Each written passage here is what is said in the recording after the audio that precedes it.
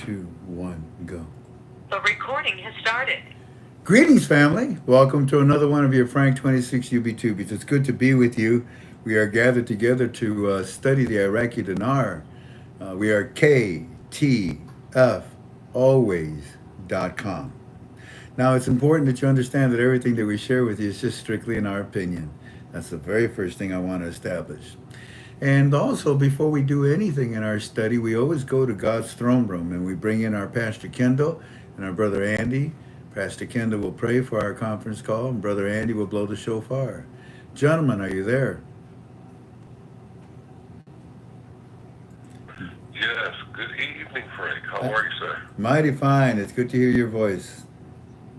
Yeah, it's good to be here. It's good to hear your voice, too. Listen, I have a thought for today. Since we're celebrating independence and, the 4th of July, what greater independence with a thought like this? Galatians 5:13 says, "For you were called to freedom.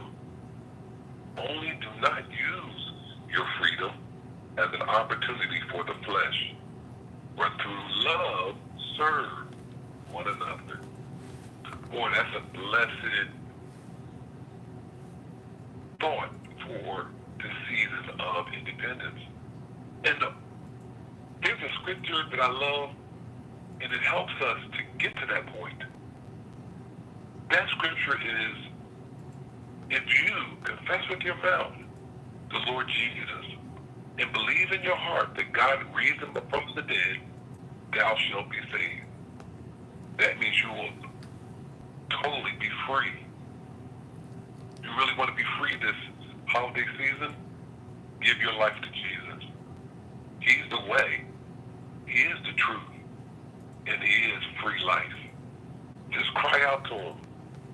God, help me. God, deliver me. God, please set me free, because I believe that Jesus died for my sins. I believe he was crucified on the cross for my sins. I believe they pierced him in the side so that blood could run down for my freedom. Father, thank you for saving me. In Jesus' name, I pray this for freedom. Amen. If you prayed that prayer, guess what? Yes, the heavens and myself and Frank and the whole KTF family rejoice with you. There's nothing like being free in Jesus. When you're free in Christ, you're free indeed. Father, we thank you for this time. We thank you for tonight. Lord, I pray, God, that you would first forgive us of our sins, that you can bless us, God, like never before. Lord, continue to bless us through this call so we can be blessed by the information that Frank and Jan shares with us. Bless their household, God. Bless everyone that helps Frank. Those that come and sacrifice their time so that we can learn. And God, I pray that you would just continue to guide us and direct us so that we could be good stewards. Now, Lord, have your way with this call. Remove Satan and all his wiles. Protect this house, God. For it is in Jesus' name I pray with thanksgiving. Amen. Amen. Amen. Amen.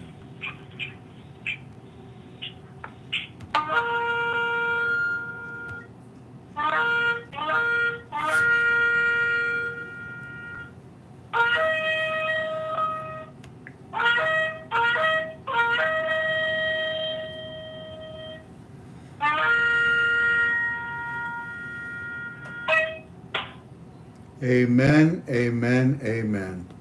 Thank you, gentlemen. God bless you. We'll see you at the end. Already. All right. Welcome, family. It's good to be with you, and we're here to study the Iraqi dinar. And what we have is 3 parts, like we always do. We like to look at the articles that are given to us, by the Iraqi media to see what they've got to say. And then the second part of our study is where we bring in information from the people that we have over there in Iraq. And finally, any thoughts that we want to summarize that Walking Stick would like to share with you. So let's get started without any further ado, okay? You do belong to ktfalways.com, right? If you don't, you may want to consider it. And the reason why is because when the Lord blesses us, there are no such thing as 800 numbers. That's a lie. It's garbage. It's just some other site that's trying to get your attention by telling you, I got the number that you need and you got to come over here. No. No. If you truly want a phone number, call the United States Treasury. And by the way, thank you, Robin, for your financial contribution. God bless you.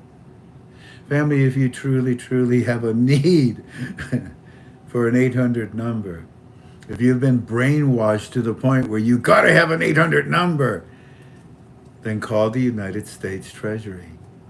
800 number. Why?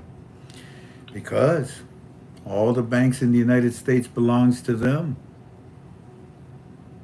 The United States Treasury will tell you exactly which banks are going to exchange the Iraqi dinar. They're not going to tell you that right now. That's not happening right now. So, if you're interested in knowing what banks, call the U.S. Treasury. They'll tell you every bank that's doing it. Or you can be a member of our forum, because we're going to post inside of our forum, not in premium, but inside of our forum in our threads, the names of the banks that are exchanging the Iraqi dinar.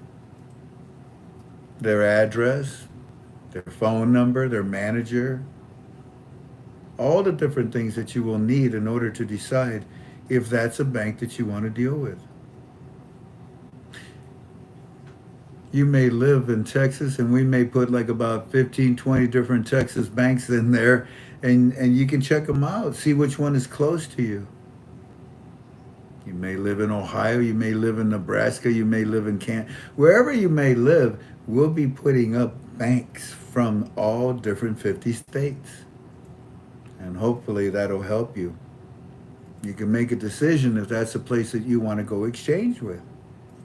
So it would behoove you to be a member of our forum. What is our forum? ktfalways.com. And when you get to that, if you're not a member, that's our landing page. Look up on top. Look all the way up on top. There's, will you give me the page, Jan, that you have a copy of? There is, oh, you got it in back of me. Taped onto something. Oh, it's taped onto something? Okay, well, pull it off the tape and just give it to me. When you get to our landing page, family, okay, give it to me like that. Okay, that's what you're going to see. This page like that. You see that right there? You see that right there? It says join now. By the way, thank you, Dennis Porter, for your financial contribution. God bless you. Thank you so much. Thank you. I really appreciate you. You're always faithful and loyal, and we thank you. This is just a quick little snapshot of the top of our page, of our landing page at ktfalways.com. You can see it's got phone numbers. It's got all the information that you need. But if you want to be a member of our forum, right here, click on that. And when you click on Join Now, here you go, Tank. What it's going to do, it's going to take you to another page where it's going to ask you 3 questions. Number 1, a username. Call yourself something polite. Number 2, a password. Now, those are the 2 things you're going to use to get into our forum. So write that down somewhere. Your username and your password. Write it down, because you're going to need it in order to get into the forum. Write it down and save it. And the third thing that is being asked of you is an email. So now, once you do those 3 things, you hit enter. But family, this is where everybody goes wrong. They try to use their password and their username right away to get in. It tells you very plainly, once you hit enter, you have to wait 24 hours. Our staff, the next day, 24 hours later, the next day, our staff sends you a letter and says, "Hi, you're a member of ktfalways.com. Come on in and use your username and password." A lot of you ask me constantly, "Why do you have to go through that? Why can't I sign up and get in right away?" Because when you sign up, you may sign up with a very rude username, like Helter Skelter or Devil's Disciple. I don't want those type of names in my form. So we would reject your request to be a member of our form. Also, what were the three things? Username, password, and email. That email is what allows us to identify you in our form. And if it's a spam, if the email is spam, well, shoot, we're not going to let them that fake request come in, are we? Of course not. Paul Campbell, thank you kindly for your financial contribution. God bless you. Humbled and very grateful to you, sir. Thank you. So, you want to be a member of ktfalways.com, because when the blessing occurs, you're going to find this place to be a plethora of information of where you can go and exchange. And you don't need no stinking 800 number. If you really, really have an itch for an 800 number, I told you, call the U.S. Treasury. Or take your wallet out. Take your wallet out and take out any of your credit cards. Turn the credit card around. Look at the bottom. 1-800 so-and-so. There's your 800 number for your bank that you're asking about. Alrighty, so there you go. That's if you want to be a member of our forum, come on in. And if I can help you be a member of our forum, my phone number is 419-283-2552. It's a pleasure to know you all and to talk to you on the phone. And if you need any help to get into our forum, we help you. But you first have to sign up. Do what I just told you, the first three things, okay? All right, now, you're a member of our forum, so come on in. And let's turn to the final article thread. Let us turn to the final article thread. And we are going to start with final article number 3015. Final article number 3015. The article itself says that SUDANI's advisors. Now that's good. SUDANI's advisors. Okay, we want to see what that's about. What are SUDANI's advisors saying? SUDANI's advisors explained that the reason for the stability of the purchasing power of the dollar against, of the dinar against the dollar. So SUDANI's advisors, those are people we can trust. SUDANI's working with the CBI, the monetary reform, and these advisors are telling the Iraqi citizens, the monetary reform education, the reasons why the purchasing power of their currency, of their dinar, is stable against the American dollar. Okay. Why would they do that? Because you know very well that they're going to de-dollarize. Well, actually, they already did. You know very well they de-dollarize. So this article is part of the monetary reform education that's teaching the Iraqi citizens exactly what they are doing with their monetary reform. In other words, they're defending it. And that's what I say to you in blue, isn't it? I say the CBI governor and Chalet defend the monetary reform. So the Minister of Finance and the governor here of Iraq, SUDANI, are talking to the citizens about their currency exchange rate versus the American dollar. Why? Because there's going to be a change in it. And they continue to educate them. We highlight this article for you. Make sure that you read it and understand it. And enjoy it. Next article, final article number 3016. After the end of its recess, in other words, the Eid holiday, after the end of its recess, the House of Representatives is preparing to pass three prominent laws. This is important that we stop and think about this and talk about this. So after the end of its recess, when did the recess end? When did Eid end? Go ahead and post it and tell me while I take a drink of water. When did Eid end? Because it says here after the end of the recess. When did it end? Go ahead and post.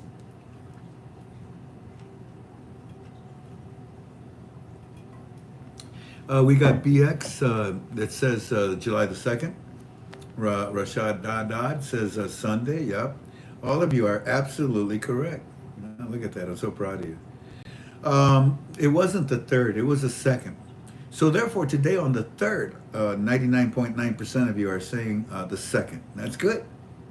So now that it's the 2nd, yesterday, today is the 3rd.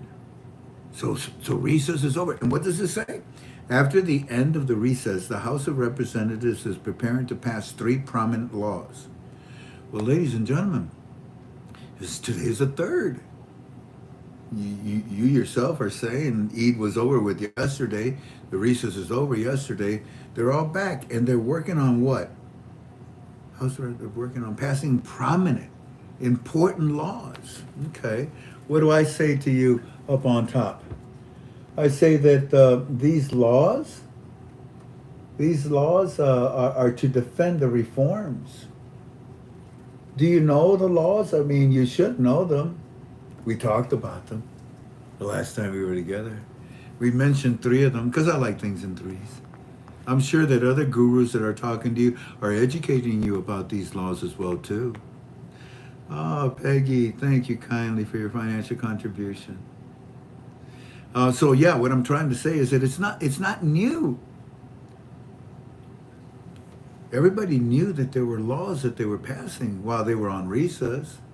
Everybody knew that when they came back, don't worry, we'll take care of the rest. Everybody knew that once they had the budget out, don't worry about the laws, we can amend it later. Remember all those quotes, all those conversations? And what do I say here up on top? Laws to defend the reforms. There are many laws that are being passed, that have been passed and are being passed, that are going to be passed, that are all vital to the reforms, both economic and monetary reform. That's what you see going on right now as we are talking. The article breaks down the laws and breaks down the reasons why they're needed, and you should read it so that you can get up to date on the budget. Let me ask you something. Today is the 3rd? It's Monday. The last time we were together, we read in an article where they said that they were going to open the budget on Monday, right after Eid. Did you see the budget? I think that by the end of today, you will understand about the budget and its position of being opened. T-Ball, thank you kindly for your financial contribution. God bless you. Thank you. Let's see here. So that article I just told you, we're going on to the final article number 3017. Final article number 3017. The Sudani advisor sends a message of reassurance about the budget. You do not need to borrow. What? What kind of a message is that? Let me make sure I got this right. The Sudanese advisors. Okay, so that's the prime minister. These are the advisors to Sudani. This is good. They send a message. All right, to who? To the citizens. To assure them about the budget. What? That we got it today, Monday? That we don't need to borrow any money. Who's talking about borrowing money? Iraq is filthy rich. Iraq is about to change its exchange rate and introduce lower dinars. Iraq is and that's why you don't need to borrow money. I got you. Okay. I just thought I would show you this article because when you read it, it may be confusing, it may be misleading, but the way I just interpreted it to you, yeah, of course you don't need to borrow any money. Don't need to borrow any money for this budget whatsoever.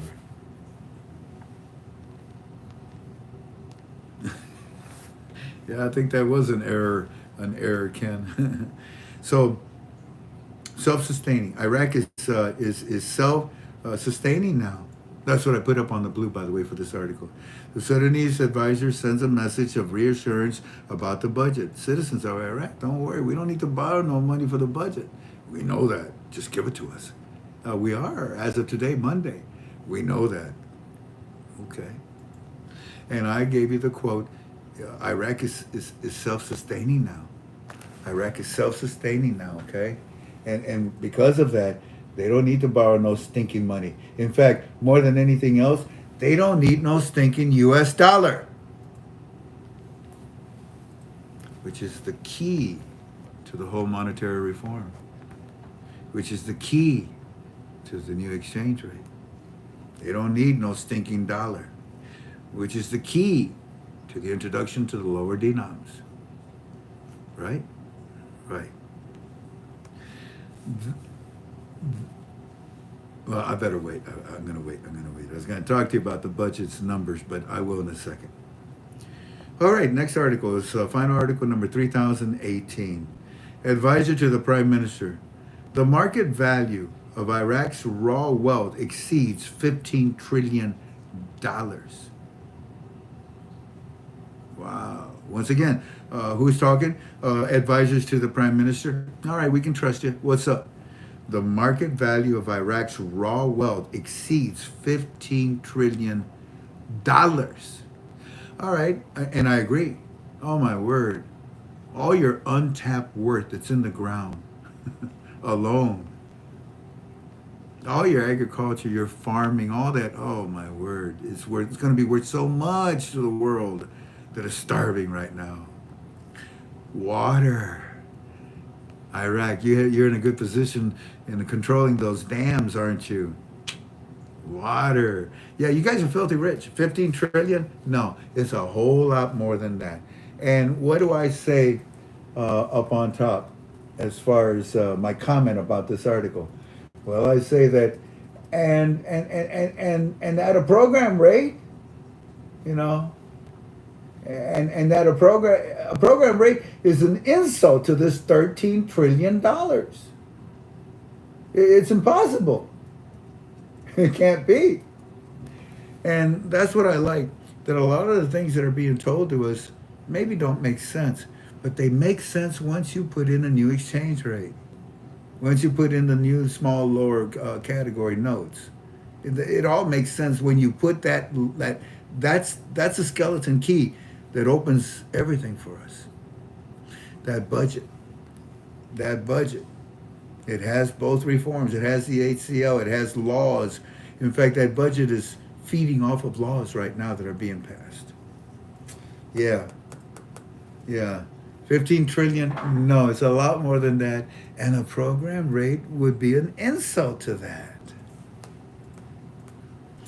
Final article number 3019, allocating $6 billion from Saudi Arabia and the UAE to support its operations in Iraq.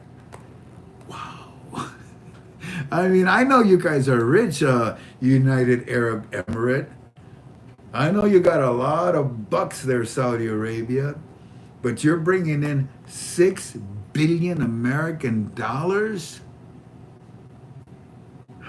into Iraq?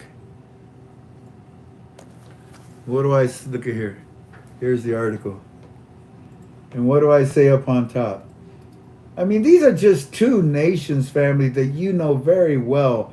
Many nations are bringing in billions of American dollars. Many nations are doing this. You know that. So, I say that sure is a lot of money for a program rate, isn't it? Another telltale sign. What does that say? Dania. Frank, are you holding back? Question marks. Do you know? Has the rate changed? From the budget 1,300 to 1? And you're right, it does not make sense. If they are in development, the contracts are moving. What's your name? Dania. No, I'm not holding back. Go to the CBI website. The rate is still 1,300. But the budget, it can't function at 1,300. You know that, don't you? That's the preserver, the life preserver. You know, the vest that you put on when the ship goes down, and all you got is the vest. That's what we got right now. We got that buoyancy vest that's around our necks right now that's keeping us afloat.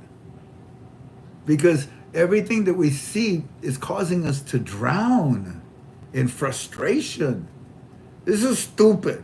Yes, it is stupid, but apply a new exchange rate. Well, then everything else clicks. Everything fits. Everything makes sense. That's right. So hold on to that. Know very well. No, you know very well we got articles that the CBI has already told the citizens, you got a new currency coming to you. We have a national new currency coming to you. We already told you. So all that is not news. It's just taking forever. This is the freaking Middle East. That's what they do. So it sure is a lot of money for a program rate. $6 billion for you guys to bring in. And for that matter, that's just these two countries. You know that there's been over hundreds of countries that are bringing in billions of dollars. And it's not going to work at a program rate. Why didn't they do it before? Why didn't they do it last year? You know why. In fact, I think this is the first budget I've ever seen. I've been studying this for over about 20 years now. First budget I've ever seen. You got to go back 4 or 5 decades before you can find a budget. Yeah, for Iraq. This is an amazing quantum leap where we're at. The budget is in position to do what they've been telling the citizens of Iraq. Because what they've been telling the citizens of Iraq is the only way the budget will work. With a new exchange rate. Completely different. Final article number 3020. Exchange companies are preparing for a major demonstration tomorrow, which is today on Monday. Is there a big demonstration? Do you see all the articles? Is there cars being burnt, tires being burnt? Is there a lot of smoke? Is there a big demonstration? And by the way, who's going to do the demonstration? Let me see. Exchange companies are, the companies that are owned by Iran. Well, of course you're angry, Iran. Of course you want to protest. You can't steal no more. Well, in fact, look at here. Here's the article, and it tells you exchange companies are preparing for a major demonstration, which is, today. No. And I tell you in blue, they are angry because they cannot steal any longer. Iran is angry because they cannot steal the Iraqi dinar any longer. That's powerful. That's very powerful. How was the movie? I got a feeling we're going to do a very quick UB-Tubi tonight, I think. What do you think? Yep. Yeah. So anyways, that's what it says to this article. And that's why these Iranian money exchangers want to protest. Do you see any of the banks wanting to protest? No, because they belong to the CBI. And if they protested, what would the CBI do? Shut them down. Well, wait a minute. These money exchangers have to answer to the CBI. Did we see any protests? No. Why not? Because they would be shut down. Final article number 3021. Al-Sudani challenges the articles of the budget. Whoa. Al-Sudani? The prime minister? The guy that we trust? The leader? That's gotten us this far? Sudani, what's up? Al-Sudani challenges the articles of the budget and demands a state order from the federal court. No kidding. Hmm. Does this stop the budget from coming out? No.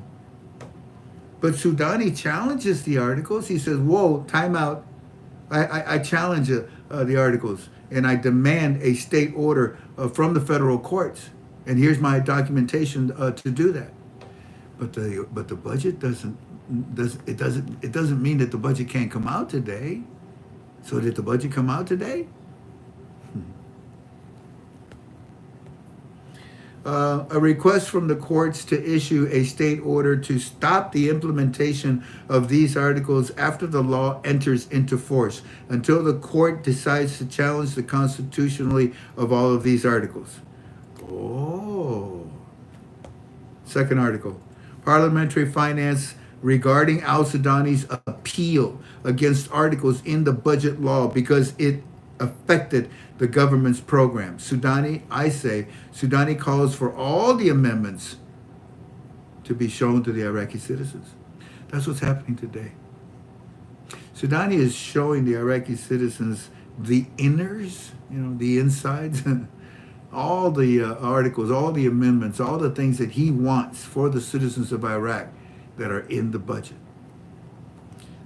Then, I'd like for you to understand, I want it today for that budget to be completely open.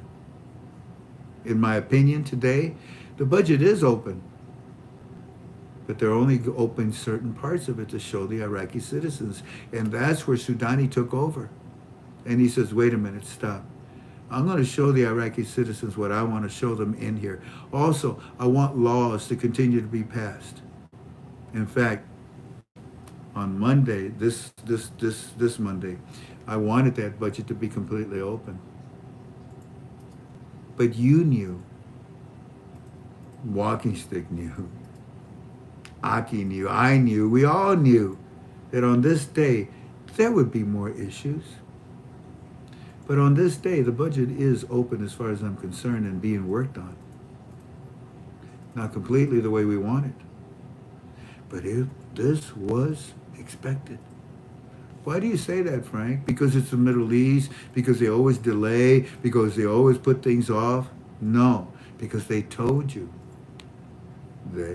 Sudani told you he was going to do this today.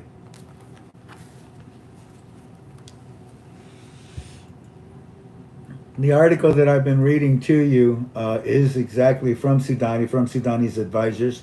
And here they tell the Iraqi citizens in the news and on Iraqi television, channel 1, it was expected. It was expected. This is nothing new. This is no big surprise. Golly, man. It's hard to do a one-man show, family. Hang in there with me. All right, let's try it again. It was expected that the Prime Minister, Mohammed Saeed al-Sudani, would file an appeal with the federal Supreme Court with a number of paragraphs of the budget law, especially since the Minister of Finance and al-Sudani told Parliament before voting on the law that the government would appeal to any paragraph it affects the government's program and has a financial side.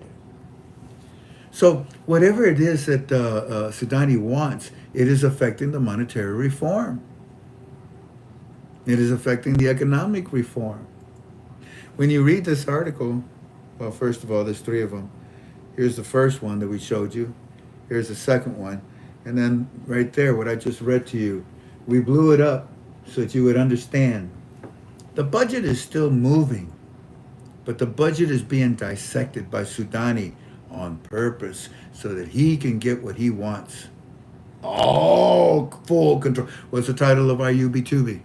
Sudani is in full control. Sudani needs to be in full control of this budget.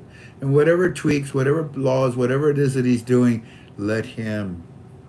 It's necessary. Final article, well, continuing because we grouped all of these together. In the document, a government appeal against a number of articles of the general budget law. And I say to you, family, The budget delay was expected, and it's it's the way of the Middle East. We let Sudani call all the shots in order to stay in full control.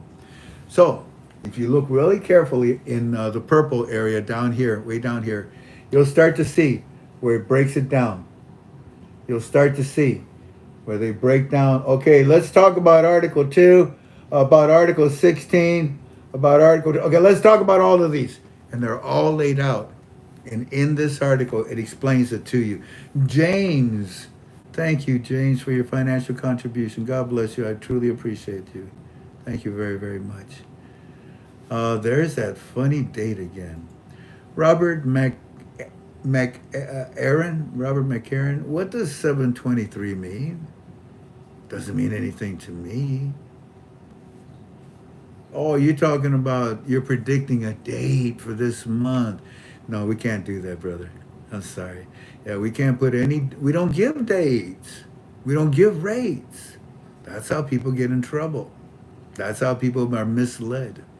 So no, we don't do that, okay? T-Ball, I want to thank you for your financial contribution. And James Brewer, if I'm saying Bauer, thank you very much. Let me know, Jan, so I don't miss the people that are doing that for us. Yeah, so that's what that was all about. Continuing, final article number 2022. Sudani, with the documents. Oh, Sudani, you got documents? Sudani, with his documents, the text of the budget materials that the government challenged. Well, here we go. Tell me what's up. This article right here tells you exactly. Oh, was that another one? Yeah, James did it twice. Thank you, James. I just saw what you did. Thank you for your financial contribution. God bless you, sir. Thank you. Look at this article. Final article number 3022. With the documents, Sudani brought to the budget material that the government needs to do some things. Let me see. Move it over here a little bit. There you go. Sorry, I had it not centered properly. Sudani's advisors and Sudani himself is telling the Iraqi citizens that the text of the budget material that the government has challenged. Now, I say Sudani's legal papers to challenge some of the budget. And when you look at this article, there they are. They're all there. They're all broken down, and they're all translated for you so that you'll be able to understand what they're saying. Check it out. They're really good points. They're not really any type of delay. And I wouldn't even call it any type of amendments. I would call it more additions of laws that are being done right now. And those laws could be done before the budget was passed or after it was passed. Remember, that's what they're doing. Let's see. Final article number 3023. Economists achieving economic sovereignty will liberate Iraq from American pressure. Say that again. Economists in Iraq are saying that achieving economic sovereignty will liberate Iraq from American pressure. Well, the only pressure from America right now, Iraq, is for you to give them opportunities to come into Iraq and be a part of the economic reform. That's it. You kicked them out. You kicked out the Marshall Plan. You kicked out the dollar. What the United States wants is the economic reform to benefit them now. The monetary reform was something that they did with you, with the CBI, with Sudani. It's over and done with. It's being calculated, all the calculations are being used right now in this budget, in the contracts. So, economists are saying that achieving the economy's sovereignty will liberate Iraq from American pressure. And how do you get the economic sovereignty? By liberating the monetary reform. The only way the economic reform will grow is with the monetary reform. And the American pressure right now is on being a part of the economic reform. And what do I say up on top? And it will liberate the IQD from the USD once you get the economic sovereignty set. Those articles, by the way, you can look at them.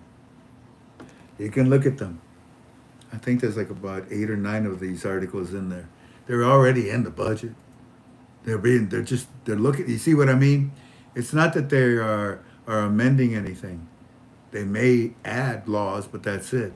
But they're also dissecting, I told you, inspecting all of these articles. SUDANI wants it exactly the way he wants it, and I'm all for it. I'm all for it. And I told you, even if the budget came out at 1,300, it doesn't matter. It can be retro. This whole budget today was retro back to January the 1st. Final article number 3024, the in confirmation of what was published by the Baghdad Today, an official document confirming the government's appeal against 10 paragraphs of the budget. Really? Really? That's it? That's it? All right, so let's work on them. Look at this article. So when you come into final article thread in our form, you'll be able to see this article. Now, there's something interesting. So SUDANI, let me make sure I got this right. You're working on articles like Article 2, Article 16, Article 20, Article 28, Article 57, Article 62, Article 63, Article 65, Article 70, Article 71, 72, and 75, okay? So these are the articles that you're working on, and we see all the documentation for it, right? Right. Am I understanding this article correctly? This part right here, SUDANI, that we blew up really big, so we can show it to the family here. You're saying that the value of the current year's budget is 193 trillion dinars? 197 trillion and some change in the billions? and we have you have a deficit of 63 trillion dinars, but you're saying that the current year's budget, oh, for crying out loud. You're saying that the current year's budget, Mr. SUDANI, Prime Minister of Iraq, is 193. Now, remember when we were together last time, family, and we broke down the numbers for you? It was actually on Monday's UB2B. And we took 193 and we divided it by 3 because this is a tripartite. It's a 3-year budget. And we thought that all 3 years are for 197. I still think it is. But when you look at this article, it's telling you the first year is 197 trillion. Dear God. I mean, we had broken it down to, what, 64 trillion or something for 3 years. And we said that's impossible at a program rate. Well, 197 plus some billion change, 197 trillion plus some billion change is ridiculously impossible at a program rate, which is only a good thing. So I'm not too sure about this. I didn't get a chance to talk completely to our teams today. I want to know more about this article. And we will get more information. And that's it on the articles. We're going to stop right there. Let me run some quick commercials at you, family, and then we'll get to looking at Firefly's report, Eddie's report. 7K metals. You want to diversify.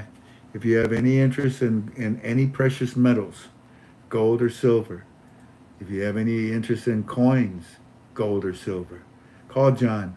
His number is 440-667-1444. They even have a money wallet. And what I mean by that is that you can take your American dollar and convert it into gold or silver. I'd much rather go with that exchange rate than the American dollar. Shoot, since I was last talked to you last week, the exchange rate of the dollar went down even more. So if you have any interest in diversifying and knowing about gold and silver and getting good prices, 7K Metals, John will help you. Or you can call me My phone number is 419-283-2552. Boomer Boost. This is made out of wheat, barley. This is a product that it will help you to bring back the nutrition into your body. It is a natural product, and it's by Bob is the or the founder.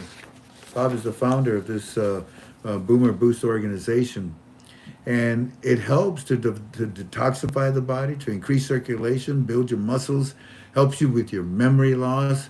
There's a lot of other different things that this product will do as well for your energy levels. Here's an example of what the product looks like, by the way. This is the barley, and it's picked. It is picked, ladies and gentlemen, before it germinates. That way you don't have to deal with any glutens. This is a powder that you put in water, you drink it, and here, I'll read to you very quickly. It replenishes essential nutrition and nutrients in your body. It creates ATP energy. It fights free radicals. It boosts your metabolism. It supports your heart and circulatory health. If you have issues with your heart, this is a good product for it. Increases muscle strength. If you're working out, add this to your protein drink. It optimizes brain function. You go down the hallway and you forget something, you have to come back and remember what you forgot. This product is good to help you with that. It reduces oxidative stress. It's a wonderful product. I believe in Boomer Boost. And if you have any interest in the product, give Bob a call. You can call me as well. My phone number is 419-283-2552. Down here, you can see the phone number for Bob, and his phone number is 727-520-2907. 727-520-2907. Boomer Boost by Robert Gilpatrick. It's a wonderful product that brings a lot of energy into your body. Speaking of energy, Go Fuels. I love these tabs. In fact, I tell you what, Tink, do we still have, when we bought inventory, we have some of these tabs, don't we? Oh, good. And there's there's 3 packages. Isn't there three different packages for? There's one package of 10. Well, that's what I mean. There's a package of 10. Is there another package? No kidding. There isn't one of 20 or 30. No, they're all of one size. They're all one size. I'm sorry. But here's what we'll do. For anybody that wants to try this product, and if you buy it, how many should we give them free, Tink? If they buy one package. Let's give them 3. 3 bars. What do you think? Is that too many? I don't know, let me see how many. Yeah, see how many we got. Make sure I don't make a fool of myself. Yes, if you're interested in this product, what it does, it adds mileage to your gas, to your car. You take one of these little tablets and you put it in your tank when you fill up your car. It'll clean your car. It'll clean it. It'll clean the engine. You know, when you start a lawnmower at the beginning of the year and all that smoke comes out of it, put it in your lawnmower. Put it in any machine that uses gasoline or diesel fuel. It will clean your machine. It'll clean the engine. But it will give you longer mileage. When you fill up your car and you put the tab in your gas tank, write down on a piece of paper from your odometer, look at the mileage. Look at the mileage. In fact, write down how much it cost you. Write down the date. And then when you fill it up again, do the same numbers. And notice, it'll start to increase every week. We get more than about 20 to 25 extra miles per gallon every week because we use this product. And I know that it cleans our engine. If you're interested in Go Fuels, my phone number is 419-283-2552. I'll be glad to help you out with these. I love this product. It's a good product, family. You'll like it. Let me do just 2 more and then we'll get back to work. Our trust fund. There are many trusts that you can use. There are many trust funds you can use. Irrevocable is an interesting trust fund. This is the trust funds that we offer you through Bill Johnson. Bill Johnson and their trust fund company. And what it boils down to is that you can go to their meetings and listen on the telephone. You can listen on the telephone. They got lawyers there. They got lawyers at these meetings where you can ask questions. You don't have to ask any questions. They don't even have to know you're there. But I'm telling you, you can learn a lot by listening to these experts, these money advisors, these lawyers, as they talk about these trust funds and how to protect your money. The meetings are on Tuesdays and Thursdays. Tuesdays and Thursdays at 8:30 p.m. Eastern Standard. The phone number is 605-313-5156. 605-313-5156. And then you enter the access number of 605-313-5156. The access number, I'm sorry, that was the telephone number, 605-313-5156. And then you enter the access number of 155-703-pound. 155-703-pound. And family, don't be afraid to ask questions. That's how you're going to learn. That's how you're going to learn how to protect your money. You can put your money, all your money, inside of these trust funds. You may get in a terrible accident. Somebody might want to come and sue you, but they can't touch you. They can't touch your money. They can't touch your possessions because you have them locked up in trust funds. Learn about protecting your money with these trust funds. Call Bill Johnson. Get a conversation going. Learn. These products that we bring to you are very, very helpful to you. Extremely helpful to you. Finally, longevity. This is Dr. Randy. Many of you have called her and talked to her. Dr. Randy's phone number is 844-275-1056, 844-275-1056. Longevity is nutraceutical products. They're very natural. They're all 100% organic, all 100% natural. And Dr. Randy, a nutraceutical doctor, has this thing where she does a tongue test. She can look at your tongue and she can tell you a lot about your health. She does the eye test as well too. She looks at the iris, and that in itself also tells you a lot. She looks at your nails. She looks at your fingernails as well too.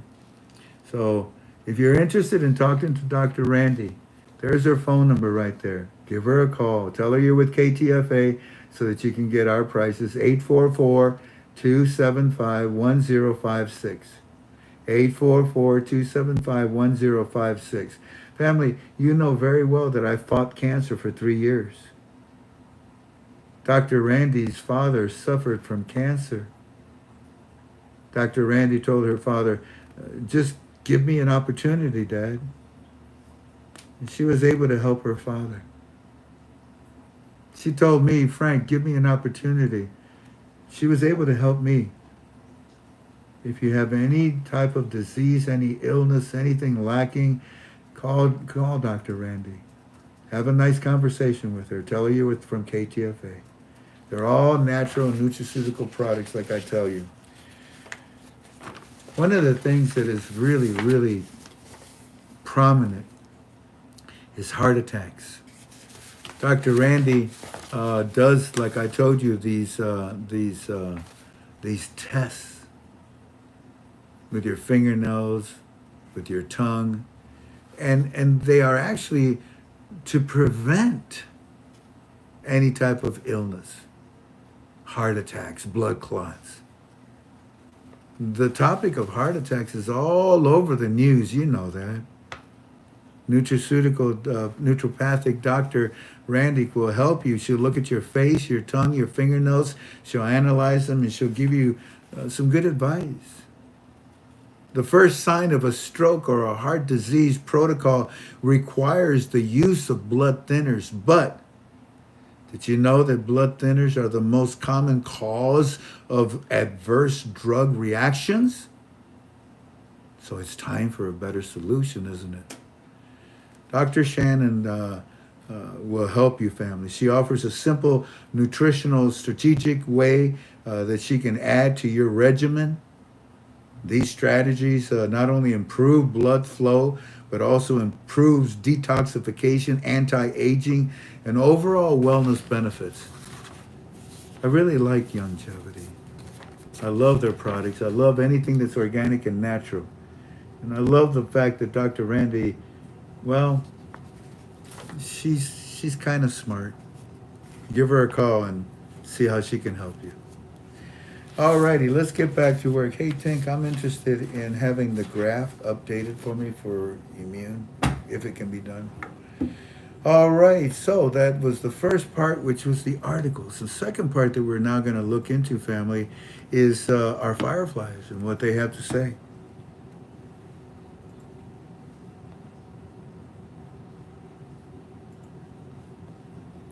The last time we were together was Wednesday, right? I believe Wednesday was the 28th. Yep. Alrighty, so I'm going to go scroll back to the 29th, Thursday morning, and we will look at what our Firefly, the report is from there. Here we go, Wednesday.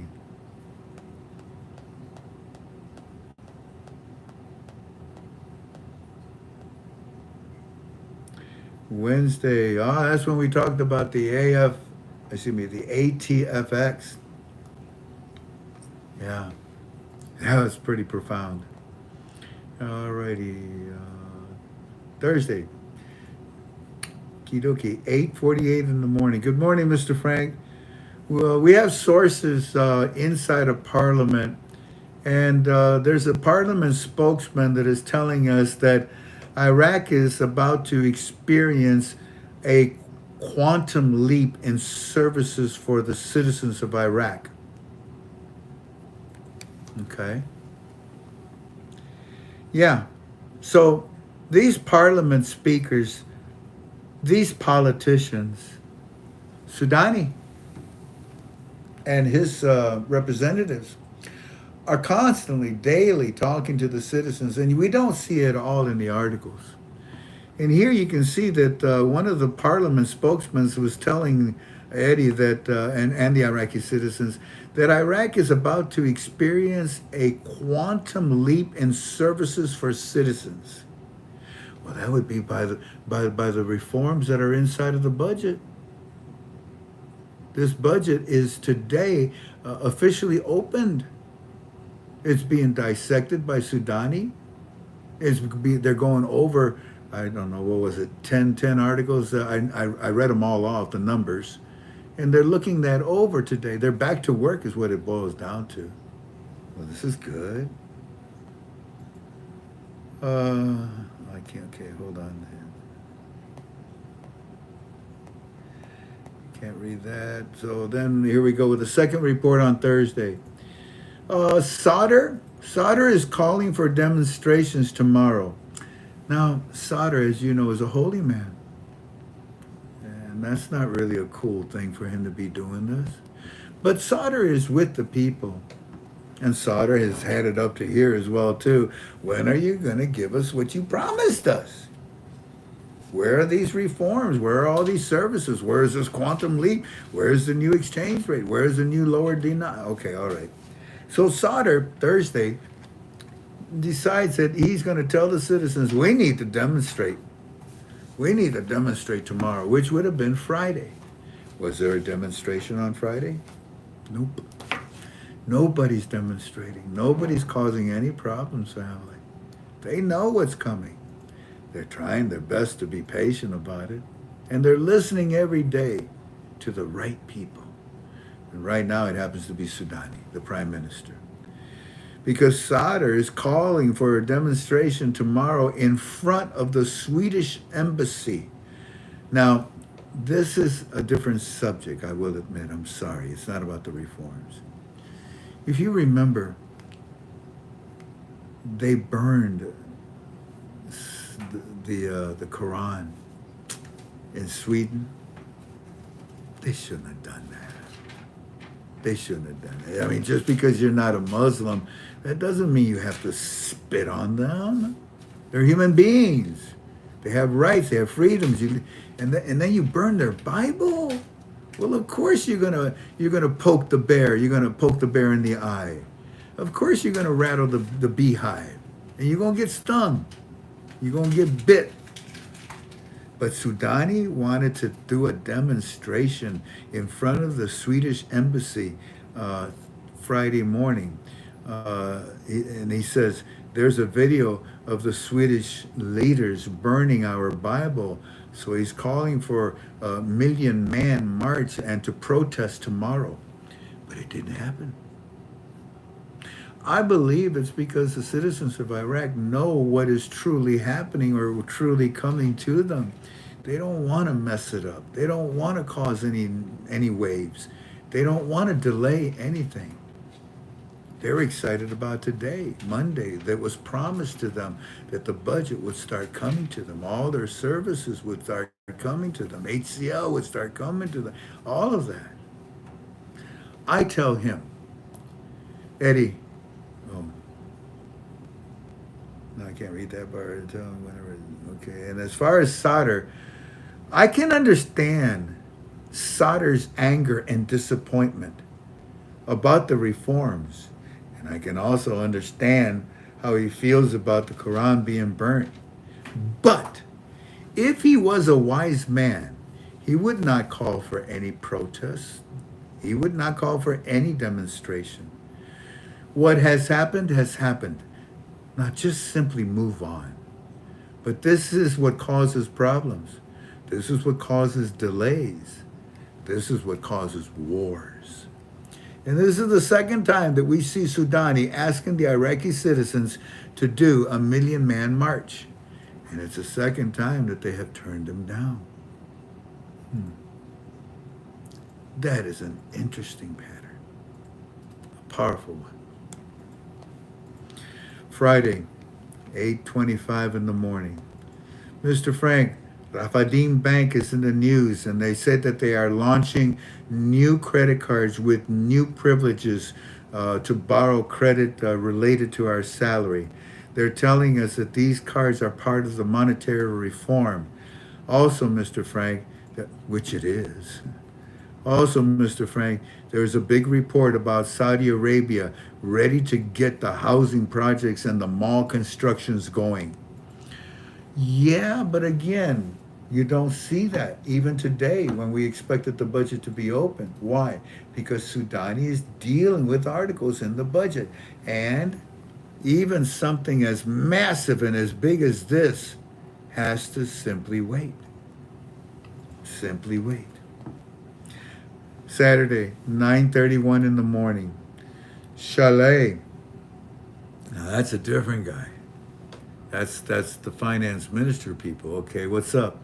Chalet, the finance guy, he is saying to us this morning, Mr. Frank, that the new budget, now remember, this was Saturday morning. They still had to wait Sunday, and then they have to wait for today for the new budget. Here goes. He's the finance guy, and he's saying that the new budget currently does not need to borrow or to cover expenses. This is interesting, Frank. I don't even understand why they're telling us something like this. We know the power. We know the wealth of our nation. To tell you the truth, this bothers us. Why even speak to us about borrowing of this new budget? It has all we need. It sounds like 1,300 to us, and that's what it's gonna be. So, yeah, don't let that bother you. Eddie now understands that they were trying to tell him the budget is so powerful it doesn't need to borrow any money from anybody, especially the United States of America, especially the American dollar. Now they didn't tell you, Eddie, that it's at 1,300. They didn't tell you anything yet. Let them go over the line item for the budget. When they do, then they'll talk about that. Now, Mr. Frank, on Iraqi Channel 1, they're saying that there's no reason to print currency to cover the budget deficit. Wow. Now, this is very interesting too, Mr. Frank. They already printed the lower denums for us. So they tell us they don't need to borrow money. They tell us they don't need to print any more currency. So give us the blankety blank budget and stop making a negative impact on our economy. Now, Mr. Frank, the television is saying the corrupt mafia. There's a corrupt mafia that continues to have control over the dollar and the parallel market despite the effort.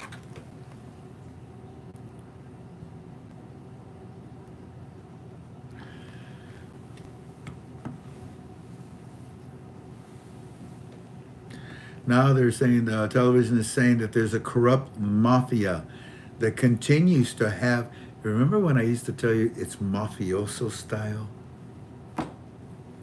And now SUDANI is telling the citizens of Iraq, yeah, we got corruption. It's mafiosa. It continues to have control over the dollar and the parallel market, despite the efforts of the government and the CBI.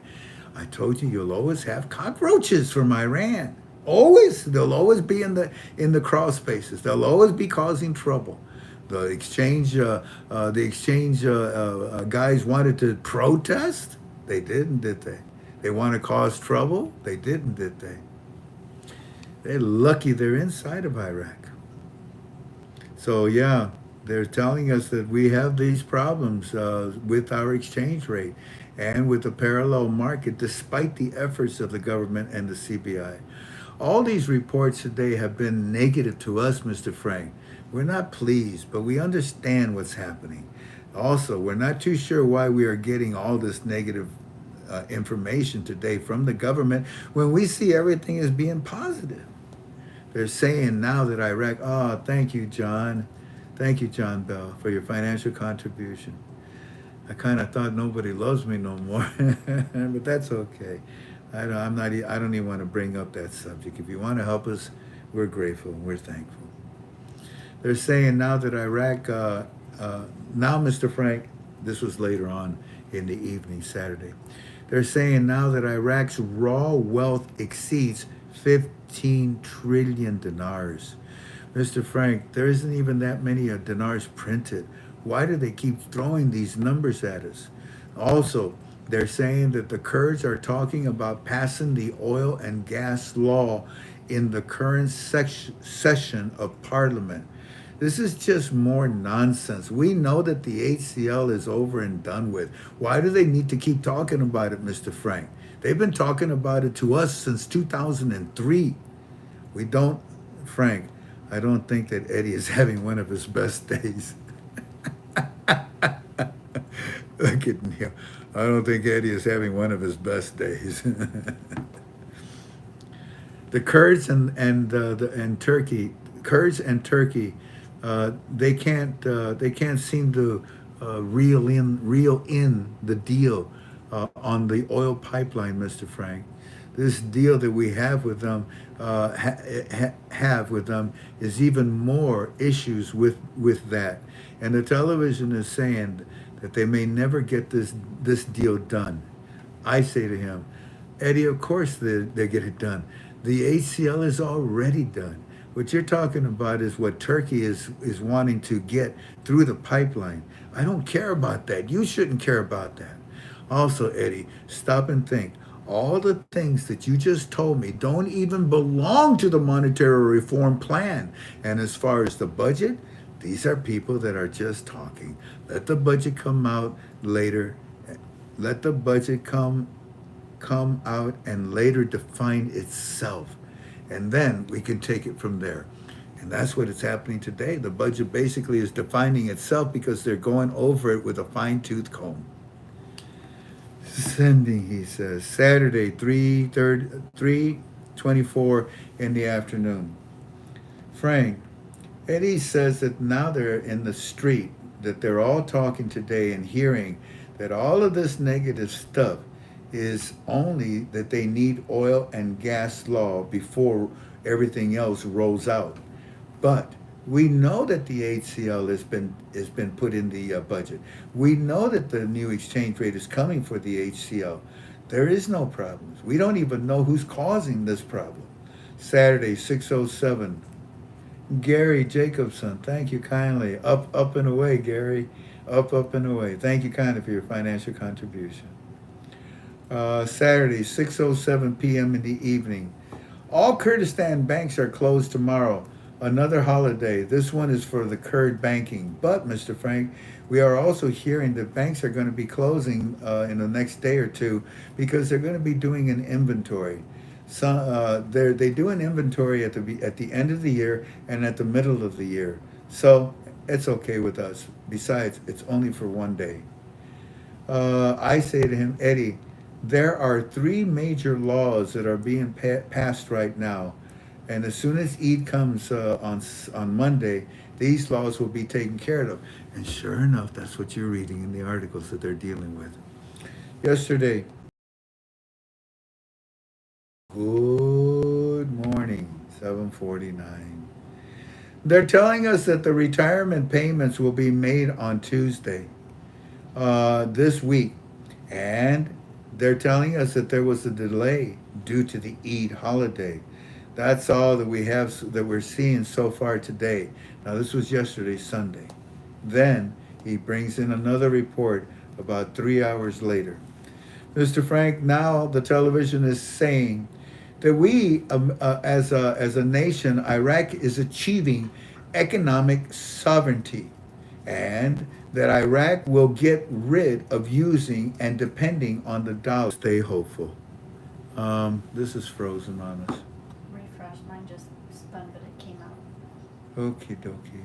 Hold on a second, family, because it was spinning, and I think it stopped spinning. Gives me a chance to drink some water. Hold on.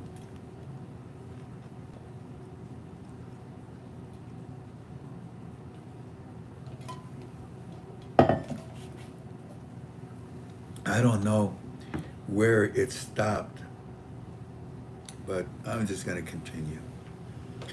The television now, Mr. Frank, is showing immediately following Parliament break, which is today, the oil and gas law will be voted on and passed, saying this is a major item and it will be addressed in after returning back from the break. No.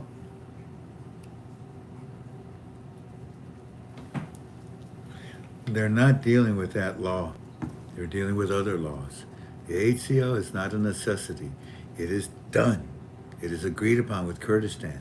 Whatever it is that we're reading, whatever you read, Eddie, it's nonsense, like you said. Don't pay attention to it. But pay attention to the laws that the Prime Minister is telling you that he's introducing into the budget. Those you do want to know about. Mr. Frank, oil production is going up to 5 million barrels a day inside of Iraq. This is amazing. If this doesn't add value to our currency, nothing else will. Yesterday, 3:14, I respond by telling him, Eddie, they are talking about the HCL. Yes, but Eddie, I still insist you don't need to worry about it. And I still insist the HCL needs a new exchange rate. If not, listen to me carefully, Eddie. If not, listen to me carefully, Eddie. They will have to pay you pennies through the HCL and your mineral rights. And that will only anger the Iraqi citizens even more. Think about what I just said, family. The HCL, if it stays at 1,300, what are you going to give the Iraqi citizens as their oil and mineral rights? Pennies. And they won't be from heaven. So we don't see the budget, we don't see the rate, we see them still working on it. Fine with me? Frank, Eddie says, hey DJ, hi buddy. My heart belongs to you, your heart as well too. Thank you for your financial contribution. God bless you. Frank, Eddie says nothing will happen until this oil and gas issue is done with. He knows that the laws are passed for it. He knows it's inside of the budget, but He knows that it needs to be opened. And he says nothing will mean anything until the budget is open and the HCL is presented. That is what he is, and that is what he is hearing in the streets. Right now, the streets are talking about it being at 1,300. It's all over the streets at 1,300. I say to him, and last week in the streets, Eddie, they were talking about a 1-to-1. So it's the same story. It's the same old story of the Middle East. One day it's one thing, one day it's another. Let's wait until Monday to see what SUDANI tells us about the budget. And he's told us a lot about it today.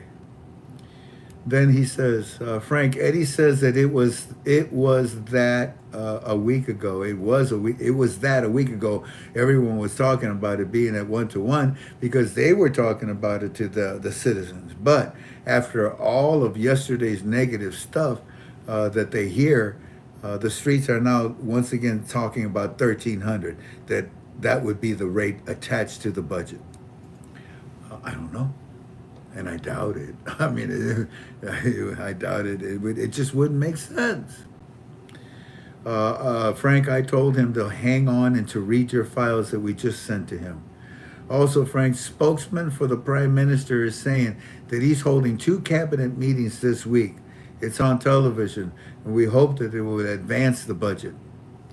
I told Eddie, I said, Eddie, you remember Walking Stick and I told you hundreds of times that even if the budget comes out at 1,300 to 1, it could be retro back to January the 1st at any moment. That's what they did with the budget, and that's what they're going to do with the new exchange rate. Hang in there. Remember, the HCL is in the budget. It will be retroed as well, too. Yes, Mr. Frank, we understand. Also, the framework, and that's the bad guys. Also, the framework is saying on television, it's total super. There's no way the Iranian framework said this. There's no way. I'm sure this is Eddie and the people in the streets that are saying this, but he says. Also, Mr. Frank, the framework is saying on television, it's total super cool for the government of Iraq to implement the budget law and get the services to the citizens ASAP. But we still think that they're going to do it at 1,300. The framework is saying that it's super cool to go ahead and open the budget. They got no choice, Eddie. The framework got no choice. They got no choice whatsoever. I mean, their hands are tied. They're still stealing as much as they can when they can, but every time they are doing it, they get caught. There's backup systems from the CBI and the GOI. They get caught quickly, and they get in trouble. They get shut down. They get arrested. They get fined, whatever it is. It'll still be a problem, but nowhere near what it was. And for the framework to come on Iraqi television and tell the citizens, it's super cool. Now, I know it wasn't, the words were not super cool. So whatever they said, I'm sure they said, yeah, it's okie dokie with us. Yeah, it's okay. It's fine. Go ahead. You can go right ahead and open the budget. Got no problems with it. Like we need your permission. Who asked you? Badinsky? Keep your nose out of this. This belongs to SUDANI and Iraq, not to the framework that tried to frame the reforms. To which I say to him, hey, Eddie, once again, man, the exchange rate does not matter. It's already calculated in the RV phase. It's already being used. You'll see it eventually. It is the purpose of the monetary reform that will bring you a process. It is the process of the monetary reform that will bring you your new exchange rate. That's what matters. And that process is marching along beautifully, and you know it and you see it. So stop worrying about any of the negative nonsense that comes out. Sending, but he is depressed. Yeah, so you see, he just had a bad week. And then all of a sudden, today,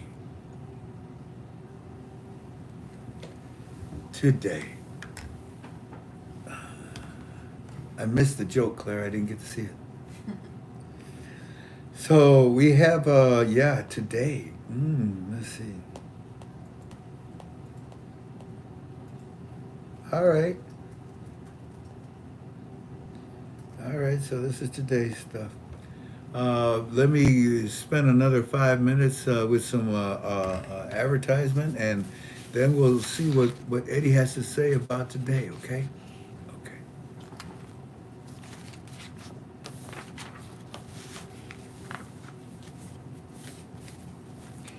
You all know about Life Vantage.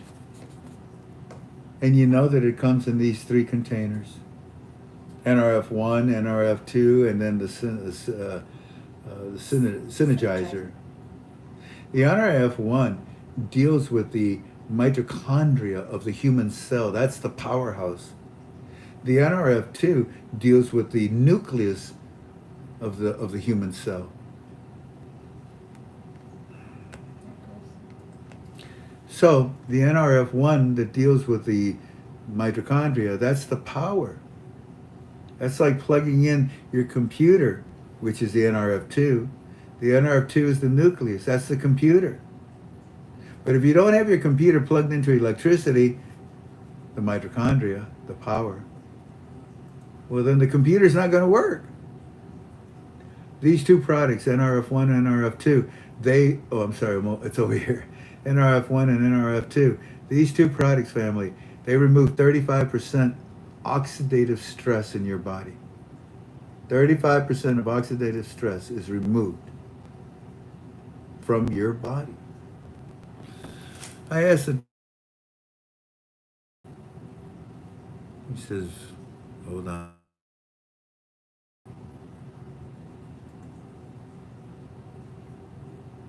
When it spins, family, does it cut my voice out too? Let me know. Does it cut my voice out, or does it just cut the picture out? I'd like to know before I go any further.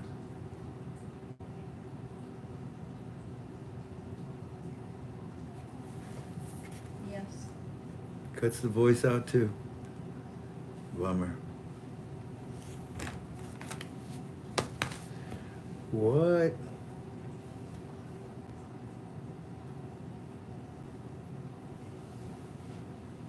Oh, Ted Valentine, why do you have to be such a negative person? Why should I waste my time here, huh? Anyways, Life Vantage, it removes 35% oxidative stress. I asked the doctor, well, how did I get sick? And he says, pollution, the food you eat, the food that we have at the grocery stores. That's not very healthy food. Yeah, I said, I know. And another major reason is because too much sugar that you eat. I said, yeah, maybe I ate too many cookies. Yeah, well, another major reason is stress. What do you mean stress? You get stressed out at your work? Oh, yeah. I get about 100 calls a day. And every call is a different voice. And every voice has a different need. Some are nice. Some want to spit in my face. But I do deal with stress. He says you need to remove stress out of your body. Especially now, you've been cured of cancer, Frank, right? We're giving you the immune therapy, right? But you still have cancer cells in your body. Every human being has cancer cells in their body from the moment they're born as babies until they die. But they're not all activated. You activate them by stress. If you got somebody that's driving you crazy, yeah, that's stress. And it's going to destroy your cells. And you need your cells to transport oxygen and food and to remove toxicity and so forth. You need your white blood cells to help to fight bacteria and microbes and viruses. Stress will kill you. Have you ever heard that before, Frank? Many times. Family, Protandem will remove 35% of your oxidative stress in your life. The research that they have on this product tells you that if you take this product, it will add 5 years to your life. It will add 5 years to your life taking Protandem. If you have any desire to learn about this, call me. My phone number is 419-283-2552. You're dealing with cancer? You're dealing with stress at work? You got some problems with your health? This is a wonderful product, family. A wonderful product. Consider it. And I always have, oh, by the way, hold on a second. Thank you, Rod. Machida. Thank you, Rod Machida. Thank you so much. And then one more. Alicia, hi Alicia, how are you? It's good to see your smiling face again. God bless you. Thank you for your financial contribution, all of you. You're very kind. And the other thing that this company, the Life Vantage, makes that I always promote is the shampoo. I'm telling you guys, I just love this shampoo. I always talk to you about it. Look what it did to me. I was bald. I was look, even my bald spots filling in. This stuff is amazing. Look at you got the shampoo, you got the serum. Well, you got the shampoo, the conditioner, and the serum. The serum is the elixir. That's what I call the magic stuff. That serum is, you rub it in to your bald spots. Shoot. If you got a baseball cap, put the baseball cap on and go to sleep with it. That way you don't put any of the serum on your pillow. Keep it all in your head. Get it on that scalp. You'll see. It grew. I'm serious. It grew back these corners right here that receded, and it's filling in my bald spot. Honest engine. Honest engine. This is a wonderful product. Anyways, so that's, oh, and look at here. That's what I used to look like. So no, I'm serious. Now you got to try it for a while. You know, give it a few months and let it soak in and let it actually work. And it does work. Let me very quickly do one more advertisement and then we'll get back to work. Walter.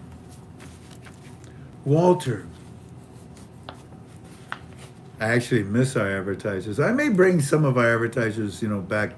I may start doing that next week, like one or two, just a few every week. I miss Walter.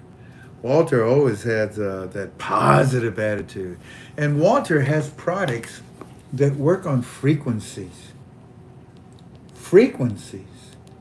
Now, if you know anything about that, frequency technology is extremely helpful. It's a holistic type of medicine. It's an alternative. But look at here. You gotta at least consider studying the products. There are some that you wear around your neck. Oh, we don't have the pictures of them. Oh, bummer. But there are many different types of products. When you call Walter, talk to him about it. Some of them are to give you energy. They had Walter on dialysis machine, and they told him you're going to be on it for the rest of your life. Walter got off of dialysis. He got off of dialysis, family. I mean, come on. That's something to be extremely proud of. That's something to talk about. If you want to talk to Walter, his phone number is 269-447-3731. 269-447-3721. I messed up. 269-447-3731. 3731. Call Walter and talk to him about these products. They're amazing. It's tomorrow's technology is what it boils down to. They're frequency health devices. Many of them. Many different types that he has. Talk to Walter. Call me if you want, because I've got almost all of them that he represents. And I can tell you how we use them. Let's see.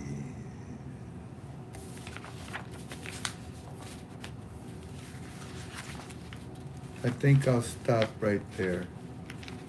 Well, one more, and then we get back to work. Volara.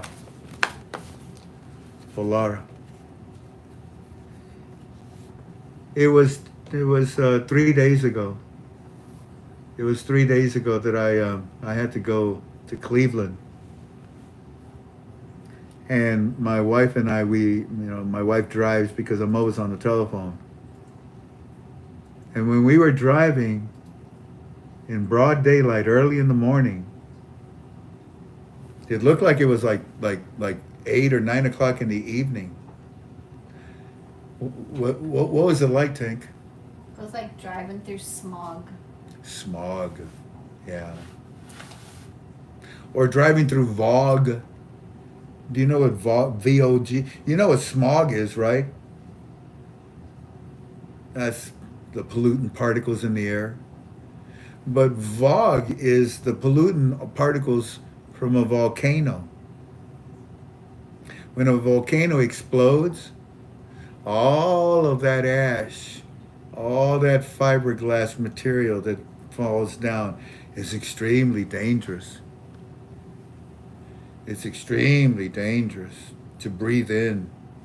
It can cut your lungs. If you live in Hawaii and you live on the Big Island, this is a product that you might want to consider. This big one. These two that are up here up on top. These two big ones. Am I pointing at the right? No, over here. These two big ones right there. The big ones are known to deal with COVID virus. Yeah, with COVID virus. That's why I love this product. That's why I represent it as much as possible. I love this product. When we were driving down to Cleveland, it was horrible. It looked like we were in London. And it was because of the forest fire that the smog that's coming from Canada. Stop because it's rotating, and I'll wait just a few seconds, and it stopped rotating. All right. We're well protected with these air purifiers. If you have any interest, call Sid, and Sid can give you the discounts that they're offering. The phone number is 805-570-3614. 805-570-3614. You have a church. This is great for your audience. You have a schoolroom. You have a library. Wherever. These products will clean your air and leave it pristine. They got them for your pets. Keeps dying out on us. Family, I don't know what's going on with YouTube, but they are giving us a hard time. Again, what else is new? It just will constantly continue to rotate over and over and over again. I'm doing my best to give you the information, but they keep chopping it. And it's hard for me to convey what I want, and I'm awfully sorry about that. I guess it's the weather. Anyway, so now that I've done this, let's talk about a little bit about what Walking Stick and I want you to know about, the third part of our study for tonight. Family, the budget is not officially open to the world just yet. As you know, we've talked about it tonight. SUDANI is working on the inners. He's working on the exchange rate. I still believe that 13, in fact, here's an example. Let's say that, let's say you wanted to take a trip to Florida, and you fill your car up with gas. Fill that car up all the way, that tank all the way up with gas. So you have a gas tank that's completely full, and you want to take a trip to Florida. So you get in your car and you start driving down I-75 south, and you continue to go south, and you get close to the border of Ohio and what would it be? Virginia? I don't Kentucky? even. Huh? Kentucky? Kentucky. Pardon me. Kentucky. Yeah. And you run out of gas.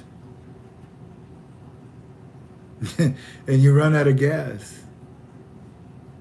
And there ain't a single gas station anywhere near around. And if you had one of those stupid electric cars, there ain't nowhere where you're going to be able to power that car back up and continue your trip. It'll take 4 hours just to power your car while you sit there and wait. But you certainly won't even be able to find a place to power your car. That's not the way it works, is it? The program rate, ladies and gentlemen, Walking Stick and I want you to know, the program rate is not enough gas in the tank to get the 64 trillion worth of projects done. Absolutely not. There's just no way possible. And on top of that, today, we see this article that we introduced to you where it's suspiciously, it is actually saying that maybe 197, 196 trillion was actually just for 1 year? Yeah, there's just absolutely no way that the program rate can work. Now, where's the CBI? Walking Stick and I would like to ask you that. Did you see the CBI talk to you today? To the citizens? How about over the weekend, Friday, Saturday, Sunday? Did we see articles from the CBI? Did we see a lot talking to the CBI?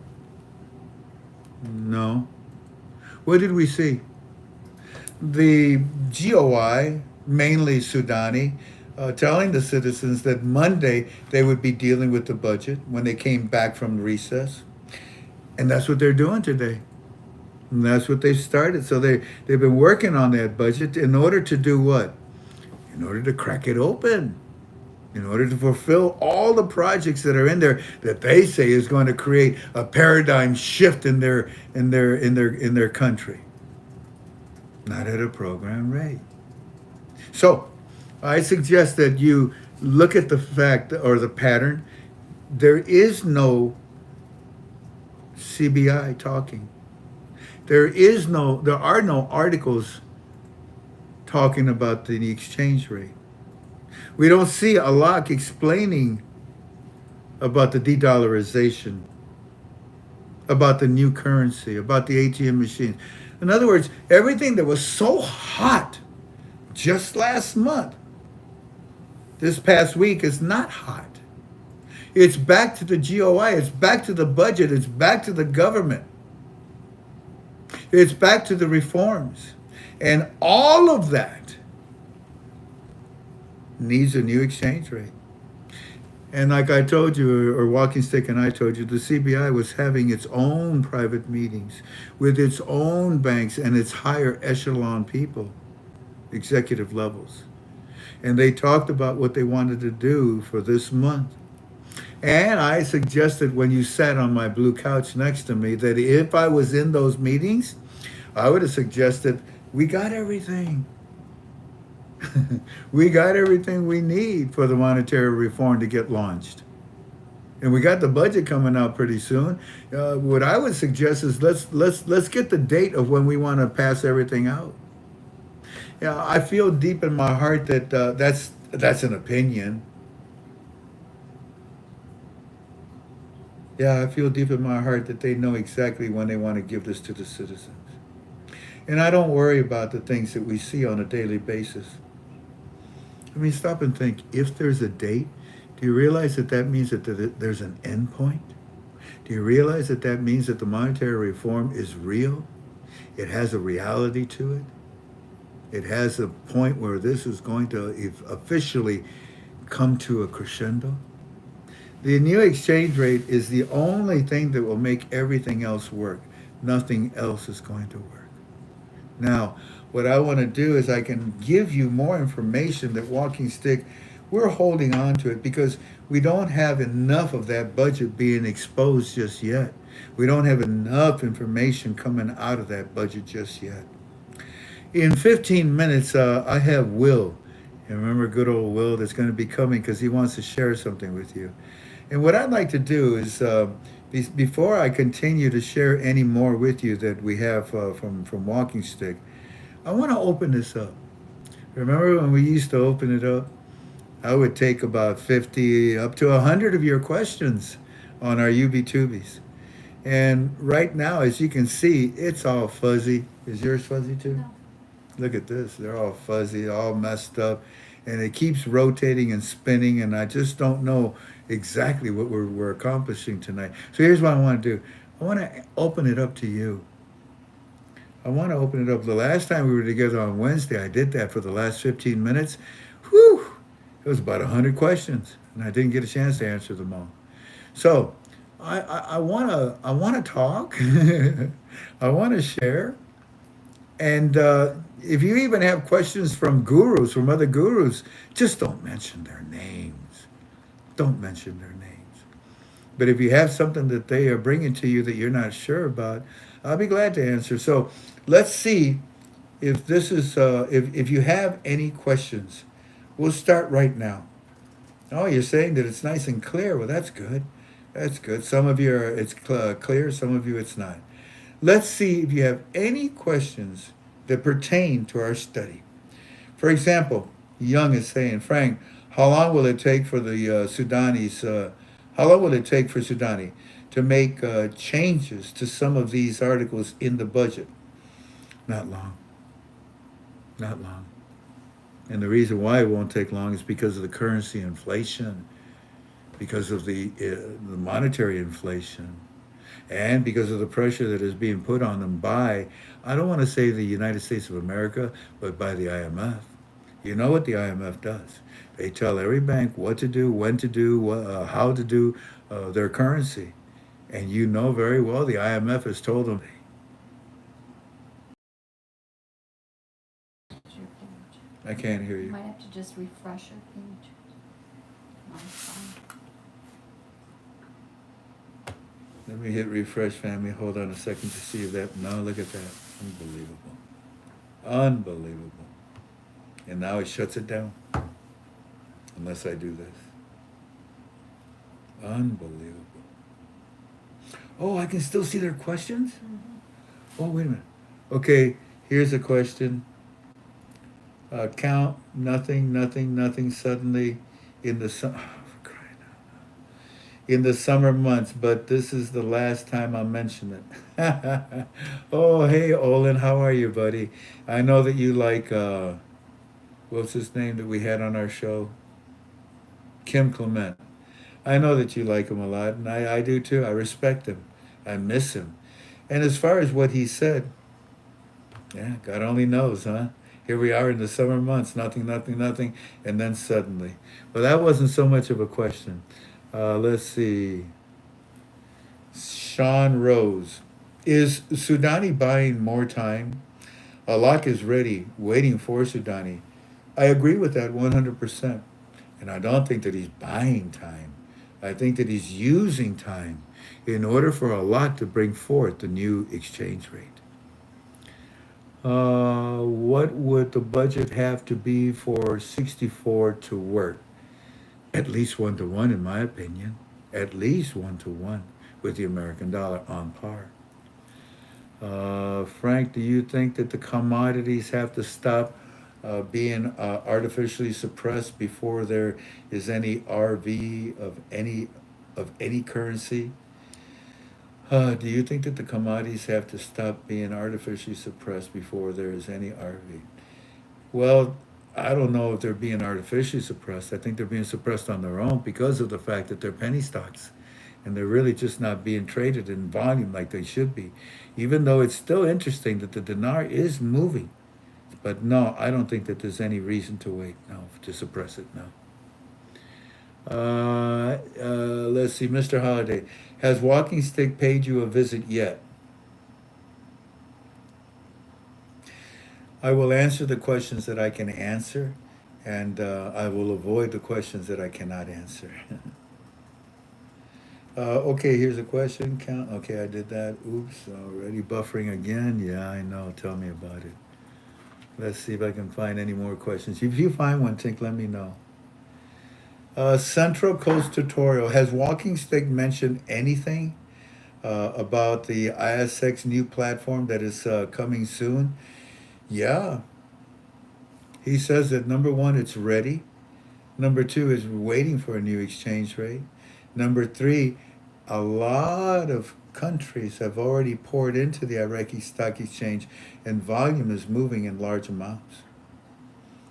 Let's see, Frank, how long would an external float take? A day, a week, a month?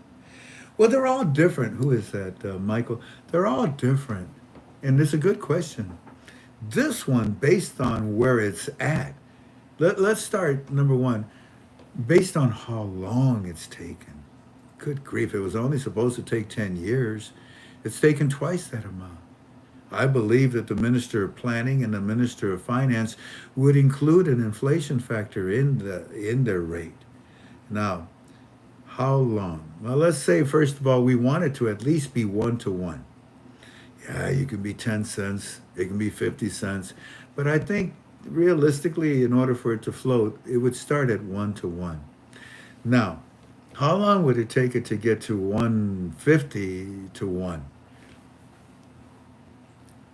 In my opinion, because it's taken so bloody long, probably within 1 month. How long would it take it to get to 2-to-1? Ah, at that same speed, probably within about 2 to 3 months.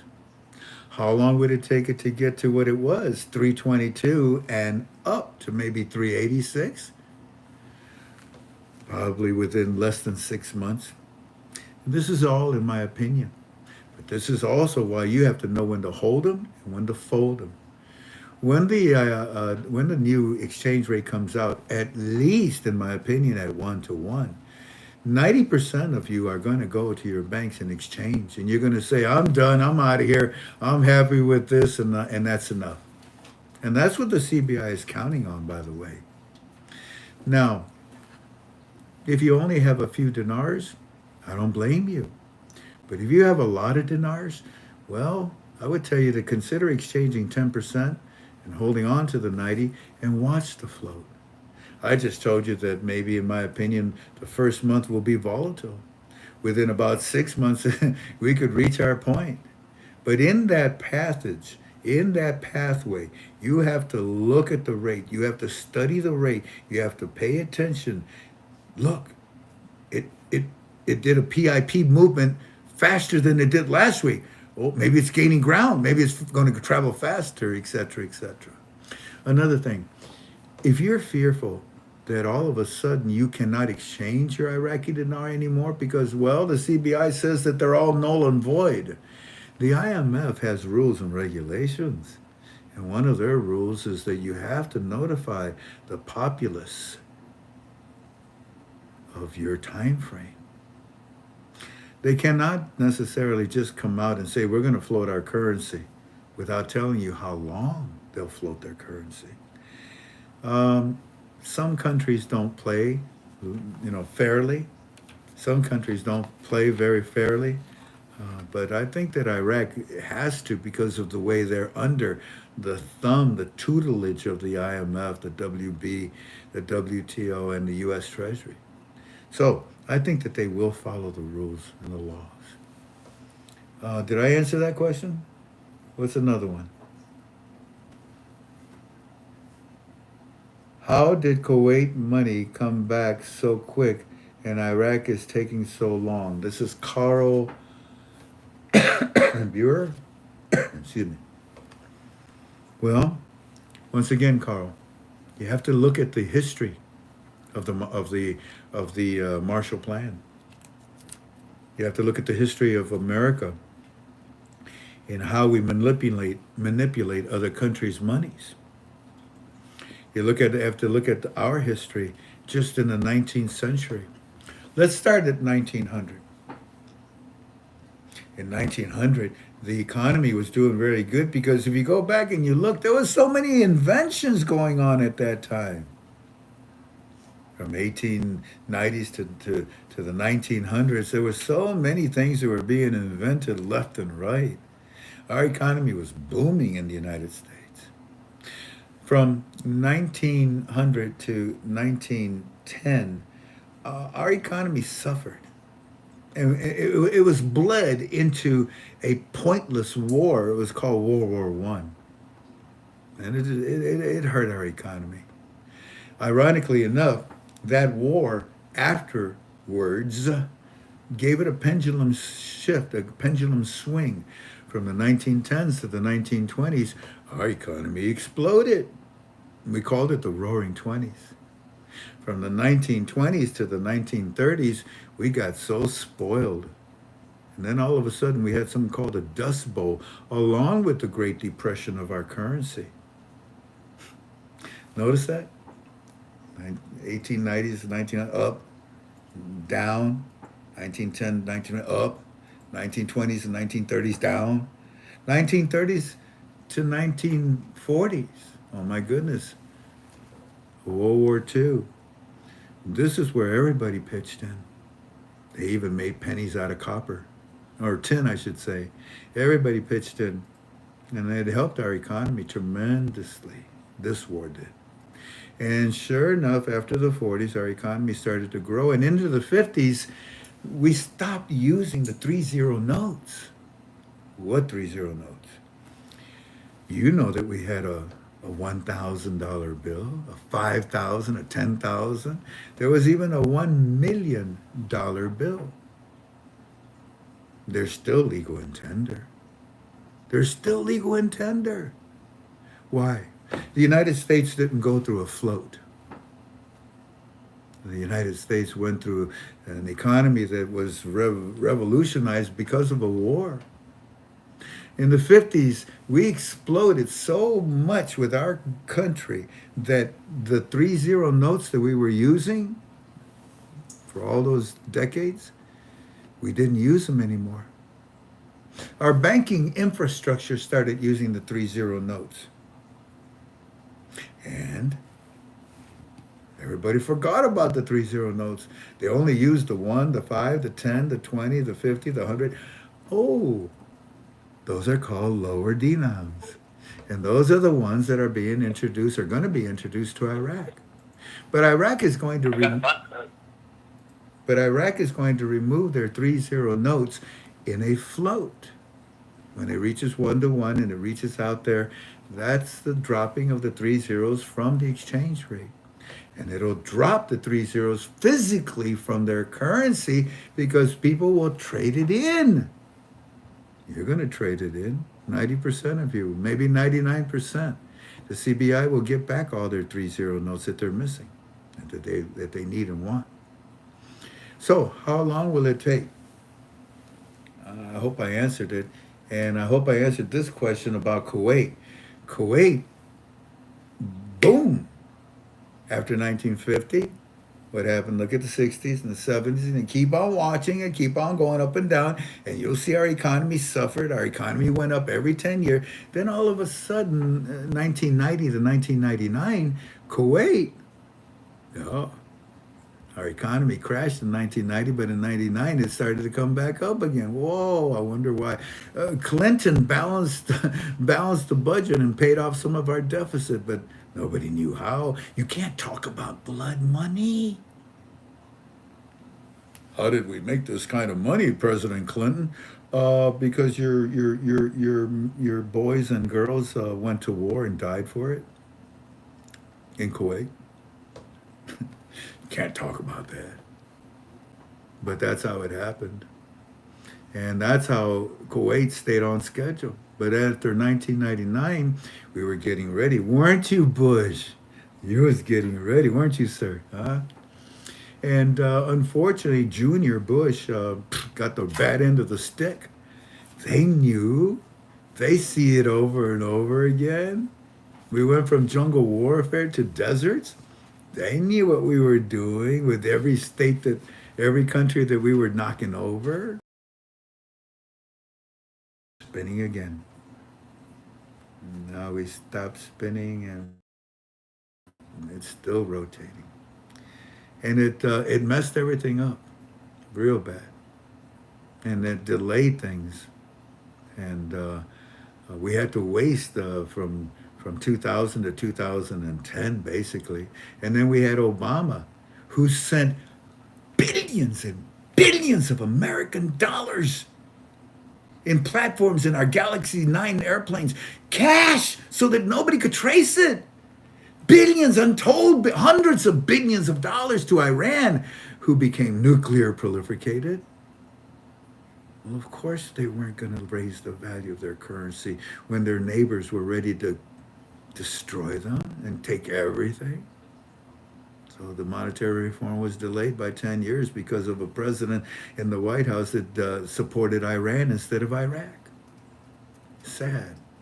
Very sad. But it is what it is. And now here we are, right on the precipice.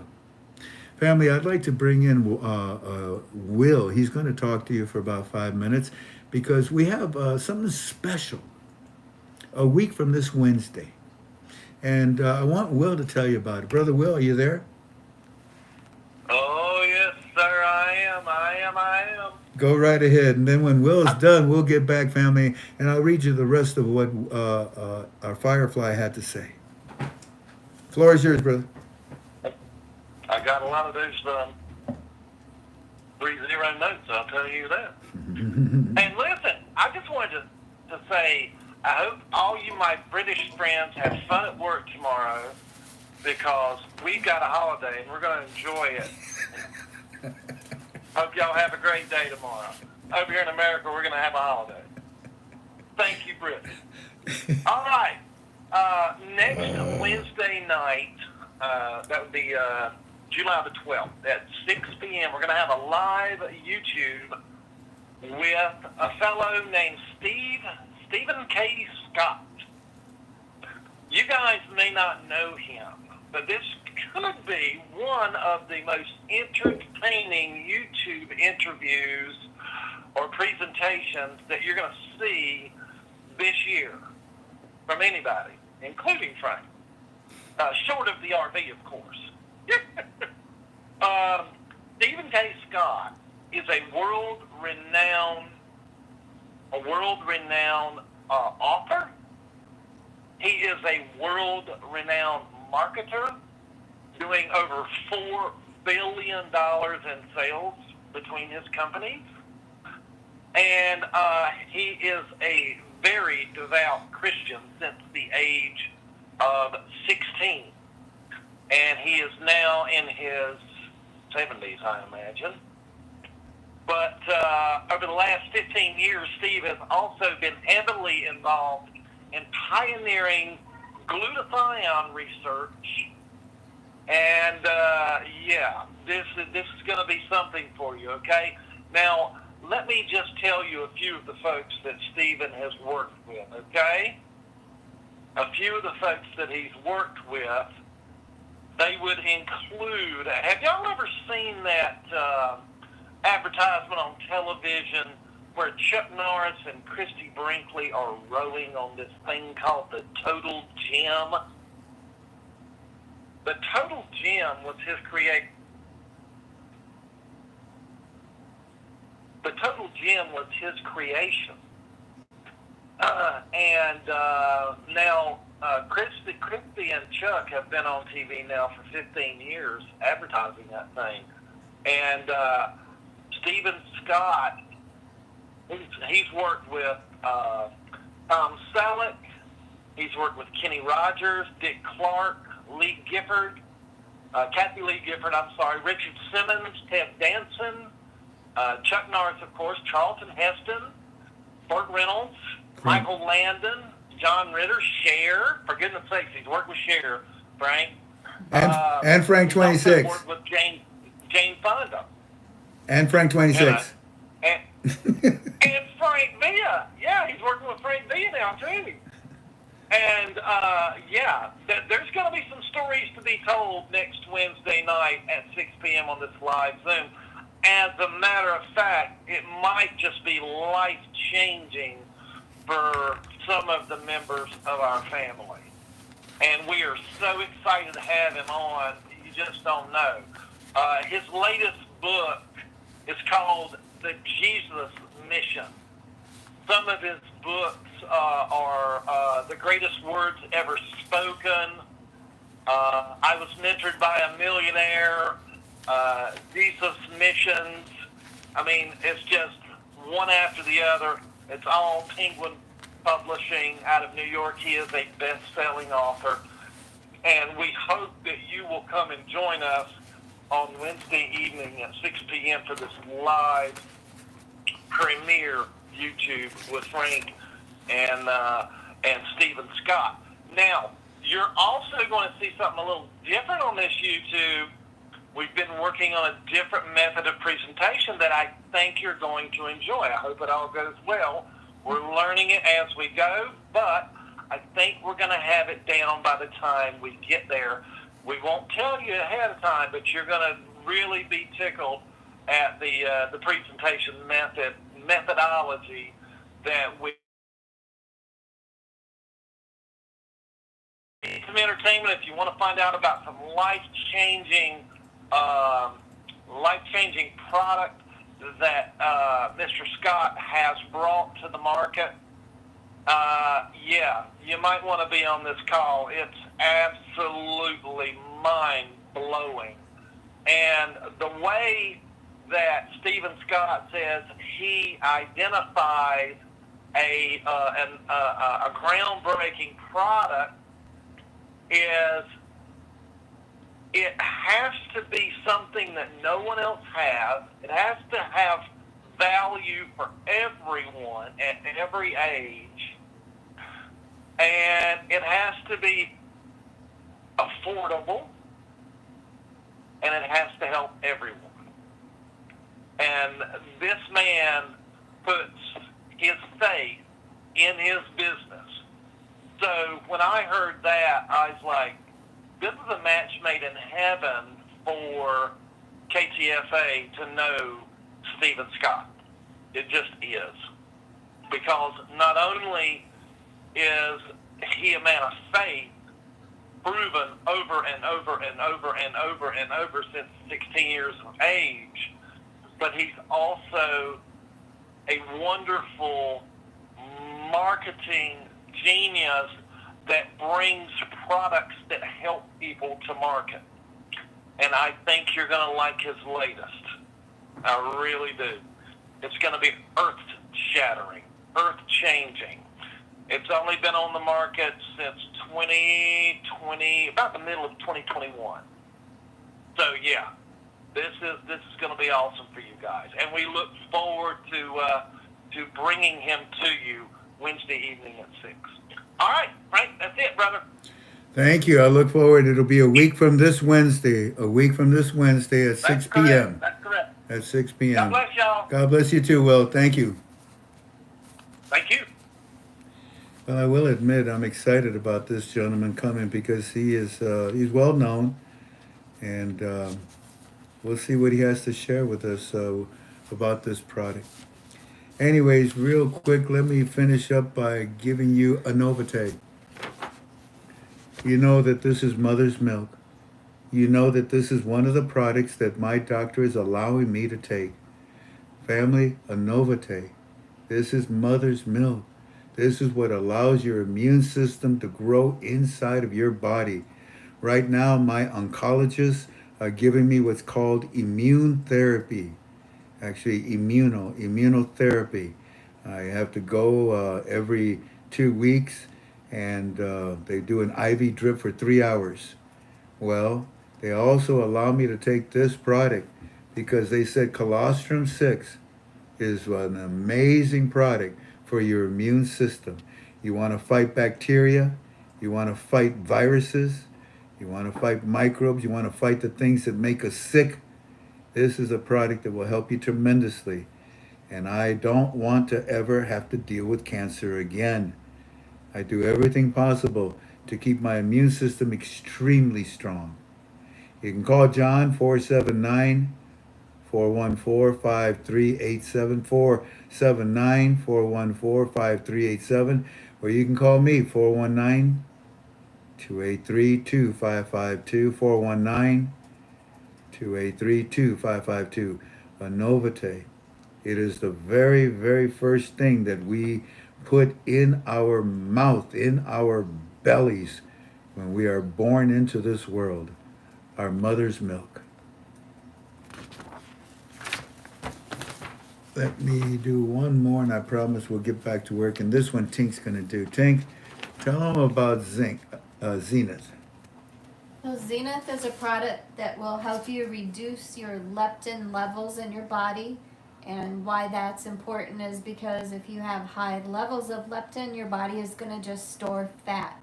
So you need to make sure that's reduced down so that your body is saying burn fat. So these are 3 capsules you take twice a day with your 2 largest meals. You need to consume at least 8 to 10 ounces of water when you take these 3 capsules 30 minutes before your 2 largest meals of the day. And you will definitely see some results. Some people have told me they've lost 20 pounds. Some people have lost 4 or 5 pounds when they get on the scale, but their clothes definitely are reducing in the size that they wear. So it's all about reducing the fat on your body, not so much watching that scale, but watching how your clothes are fitting. This is a product that will help you because it works, family. But you have to work with it. I suggest that you drink plenty of water when you use Zenith. And I suggest that you are loyal in the sense that if you want to lose weight, help Zenith to control the amount of fat in your body. Your brain produces a hormone called leptin. That hormone, leptin, in your brain is what determines how much fat you should have in your body. If it's not in proper numbers, if your leptin is not properly calibrated, well, then you'll gain weight. You'll tell people, I have an overactive thyroid. No, you just eat a lot. And you're gaining weight. And you need help. And this product will help you tremendously in a natural way. Alrighty, that's enough for that. And we'll get back and finish the advertisements when we go back to them again. Let me finish Eddie, and then I'll get back to your questions because I found your questions to be very astute. They're very good questions. I like your questions. Let me get back and tell you what Eddie had to say about for today.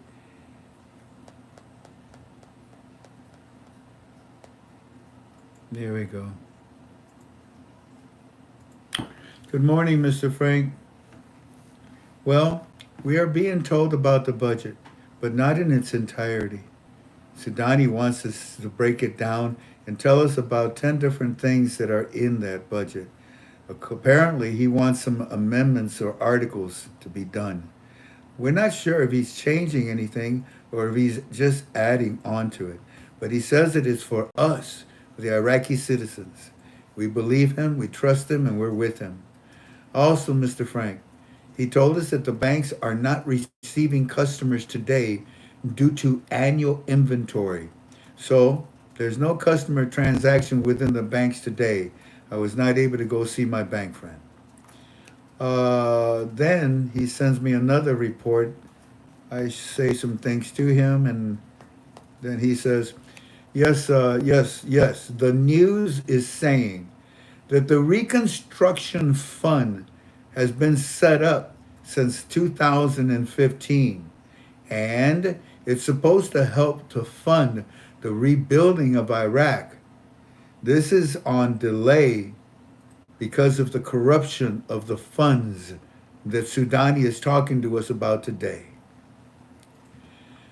Have they shown you, then I ask him, have they shown you the operations of the budget yet today? Like I said, Mr. Frank, they just started to analyze it and go over it. We believe that throughout the week we will be getting more and more information about the budget as it sits. And as far as the exchange rate, nothing yet on it. Also,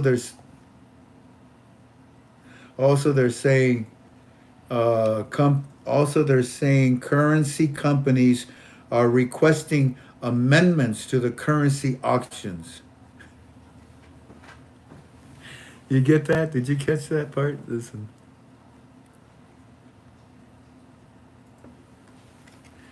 They're saying currency companies, the money exchangers, are requesting amendments to the currency auctions.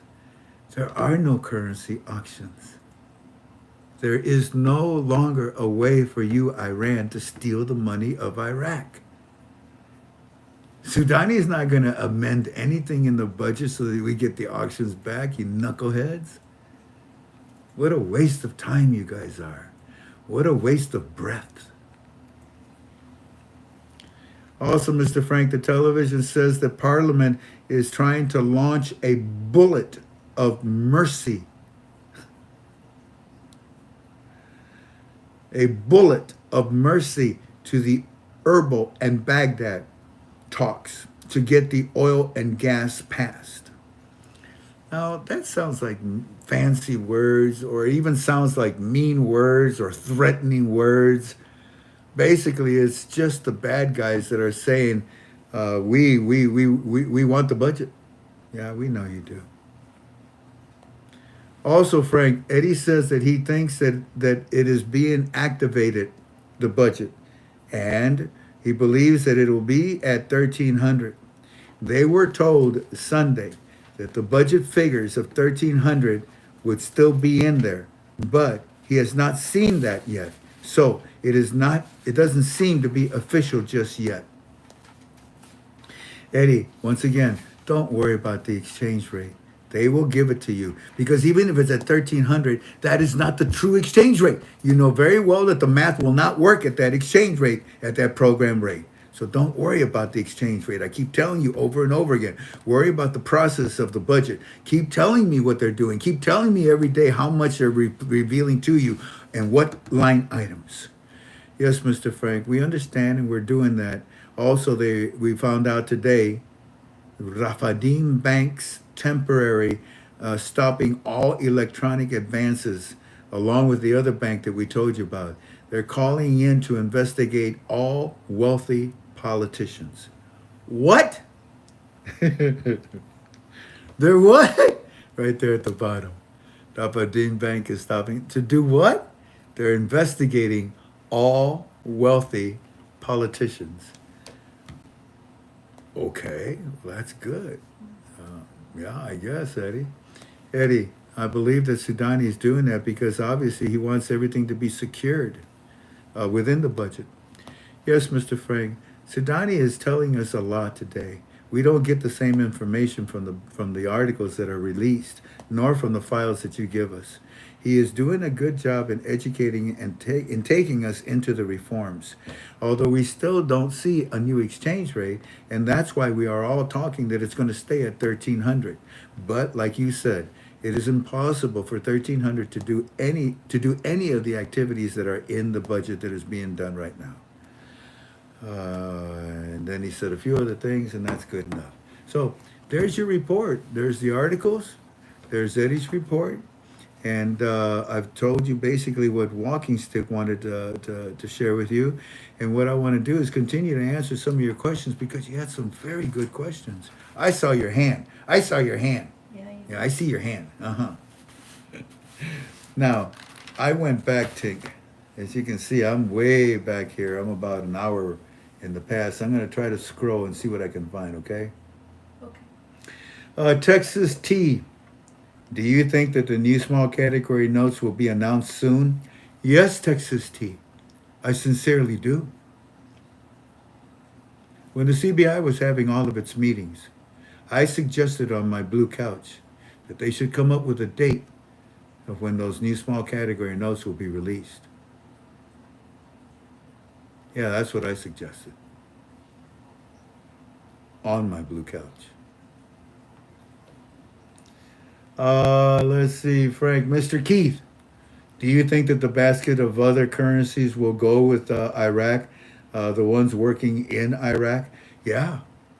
I don't know exactly which ones, though. We don't know which currencies are going to be in that basket. It can be 10, it can be up to 20, it can be more than that. But sure, part of the reward of the economic reform is for them to benefit financially, and they can't benefit at a program rate, and that float is going to benefit them an awful lot, won't it? Of course it will. You know what? Maybe I better wear some glasses because I can't. Okay, Lewis Hall. What is the bare minimum of the RV for the 64 to work? Well, first of all, it's not an RV. Oh, pardon me. Wait a minute. Yes. Okay. I see what you're saying. If you're talking about the exchange rate for the 64 trillion to work in the budget, that's right. It did come from the revaluation phase. And what phase do I think that it needs? Bare minimum. I go back 1 to 1, at least 1 to 1. Let's see. Cindy. I saw a question and I just lost it. I'm so sorry. I don't know how far back I should go now. Repost. You got people putting questions. Okay, I'll just simply do it again. Let's see. Well, Grace of Might and kind of sound apart. Frank, is he concerned about it? Okay, here's one. Dennis Porter. Hey, Dennis, how you doing, buddy? Hey, Frank. Is the CBI? Hey, Frank. Is the CBI that concerned about the individuals that are similar to the people that are on this call, or are they more concerned about the institutional holders? Well, they're not worried about the institutional holders because they know that the dinars they have, they want them to have the dinars. The dinars will eventually be used by these institutions in the country of Iraq. They don't want them to use foreign currency. And as far as the CBI worried about you and me, no.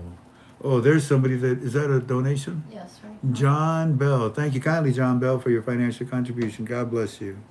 So back to the question. No, I always say that you and I that hold dinars, we're nothing more but a pimple on the back of a brontosaurus. The CBI knows about us, and they have a very good understanding of how much dinars we hold. They've already calculated into their M1, M2, and M3 figures. But are they concerned about us? No. Like I said, we are such a small amount, and we will give all of it back to them as soon as they raise the value. So no, they're not at all concerned about us. But institutions, Federal Reserves, foreign currencies in banks around the world, they deserve that currency, and they have to use the dinar, so that's no problem. And the CBI knows what they've given them. They call them, and banks too, like they call them samples and specimens. They know what they gave to them. Let's see. Hey, Frank, CBI concerned? No, that's Dennis Porter's question. Golly, this thing keeps jumping on me. Here's one. Kathy Lee. Is that Kathy Lee Gifford? Frank, is Vietnam ready to RI just like Iraq? No. And the reason why is because they are under the claws of China. But Vietnam has been making some moves on their monetary reform on their own lately. Vietnam economy, their GDP is exploding. They are primed at any moment to change their currency value. But what they have to do is be more defiant against China. China purposely keeps its value super low because they stab everybody they do business with in the back. When they do imports and exports at a low exchange rate, whew, they kill everybody in their profit, and they kill everybody in what they have to buy it for, because their currency is super low. And they demand the same thing of Vietnam. But Vietnam wants to break away from that system. I don't know when they'll do it, though. Next question. This is a whole lot better than where we were last year. Yes, Captain. Oh, yes. Sir, we are right on the edge of the cliff of the monetary reform, on our tiptoes, leaning forward with our arms open, our head down, waiting for a gust of wind just to knock us over. That's it. That's how close we are. Reinstatement is them going back to 3 plus, right? Yes. To finally reinstate, it would be to get to the 322 range that they were when they were taken down from the top shelf down to the bottom shelf. From the penthouse to the basement. Yeah, that would be a complete reinstatement, and the float will allow that to occur. That was Philip Sargent. Hope I said it right. Mark Jameson, Frank, how much dinars does the federal government of the USA have? It was roughly. They were interviewing President Trump when he was president in his second year. And I believe it was 2020 that was interviewing him. And the subject came up about Federal Reserves. And one of the currencies out of the blue he mentioned, and like the Iraqi dinar, we have something like 53 billion American dollars worth of Iraqi dinars in our Federal Reserves. Oh, that caught my attention. So I hope that helps to answer your question. But that was way back then. Have we increased that? I don't know. Should we have increased it? Oh, yeah. Yeah, every year. Let's see. Peggy Turner. I'm ready to give the currency back to them. David Reed. Is it possible that the bad guys being acceptable to the new rate mean that they have a new way to steal the money? A mouse, a rat, always looks for an escape route. Always. And they're always looking for a way to get you. You ever have a scammer call you on the phone? We get scammers calling me all the time. Last week I had a scammer said, there's a civil suit against you and you have to call this number and here's the file case number. I said, you're full of caca. What'd you say? I said, you're nuts. And I was yelling at her. Well, I can't communicate with you screaming on the phone. Yeah. You want me to turn you over to the FBI? Click. Anyways, so I wouldn't worry about the bad guys. They'll always find ways to steal money. Stay strong with God. Talk to God. Pray to God. You'll be protected. David Reed, oh, that's the same one. Jake Abbott. Do you have a rough idea how many dinars are currently in circulation? No, I have a better idea of how many dinars have been collected out of circulation. Let's see. Captain says, I don't know what else they can even talk about for 2 months. Laws, I told you, there are specific laws that are important right now.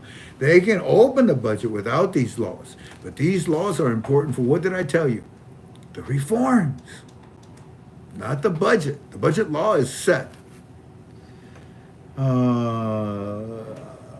Iraq is out of ammo. Is out of RI ammo? No. Let's see.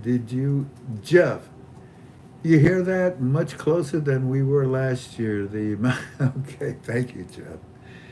McDan, Warka Bank, any news of late? No, Warka will continue to stay silent until probably the RI is established.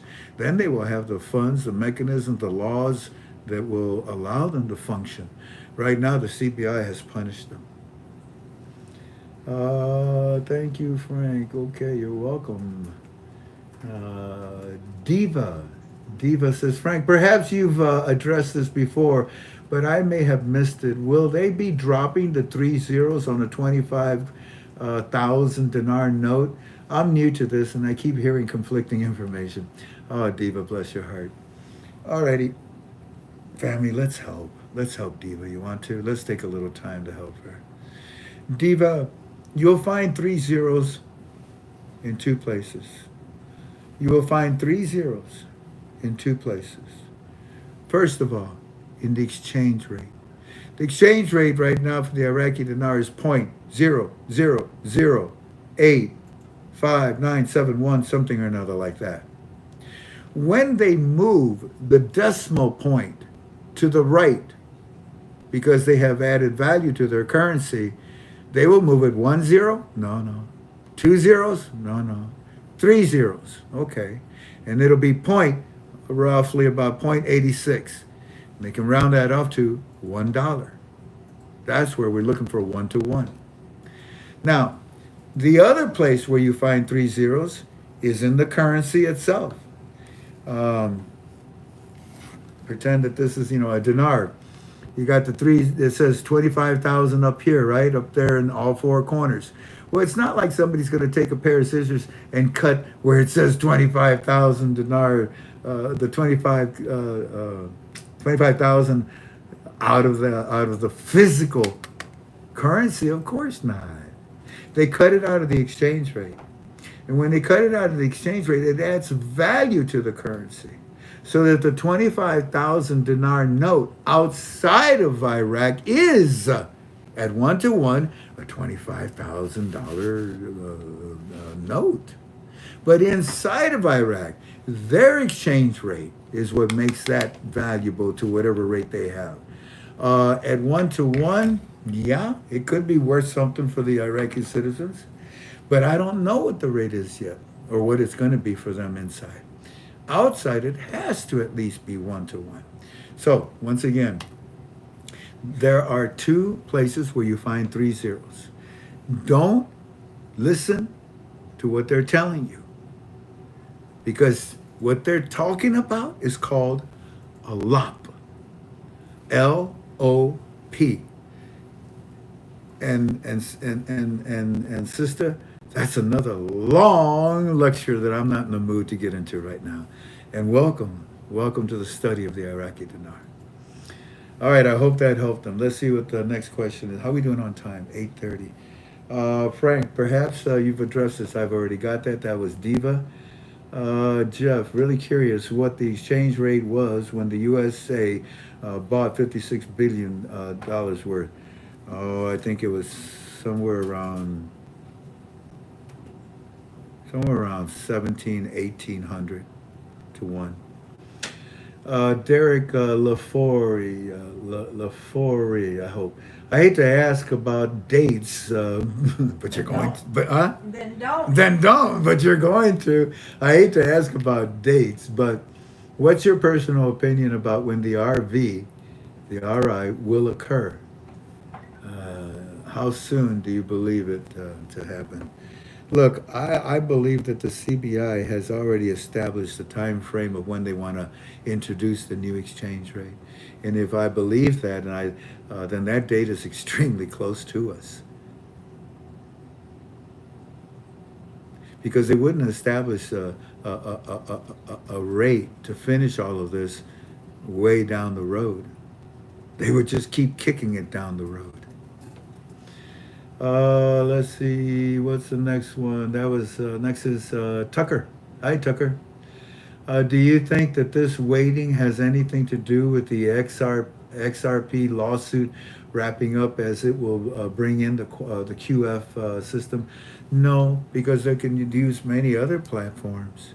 Doesn't have to just be with those. They can use many others, and they will. I mean, that's my opinion. That I don't think. I mean, it's possible that it is. You have a very good point to consider, but my answer is no. And besides, the QFS system is already set up with Iraq. So is the. There are many systems set up. I can't even begin to think about them right now. I'm sorry. Alrighty, let's see what's next.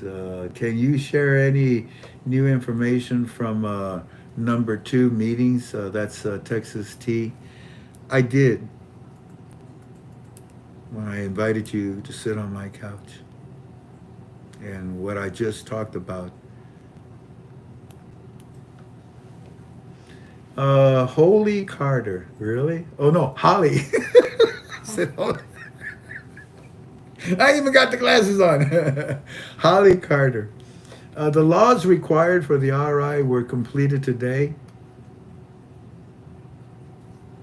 The laws for the reforms are being completed, and they're working on them today. That's what we said. I hope that helps. The laws for the monetary reform. Yeah, yeah. Oh, there he is. Hi, Vic. How you doing, buddy? Thank you, Vic. Humbled and grateful. Boy, Vic, you have made a difference for a lot of things. Thank you, Vic. Thank you. Humbled and grateful. Honored. Thank you, sir. It's good to see you again. Okay, let's continue. The law of the key completed. Lonnie. Hi, Lonnie. Oh, that's a nice suit you're wearing there, Lonnie. How many tons of gold does the United States have? I don't know. And even if we were told it's not going to be the true figure, no country, no Federal Reserve will ever give you true amounts what they have.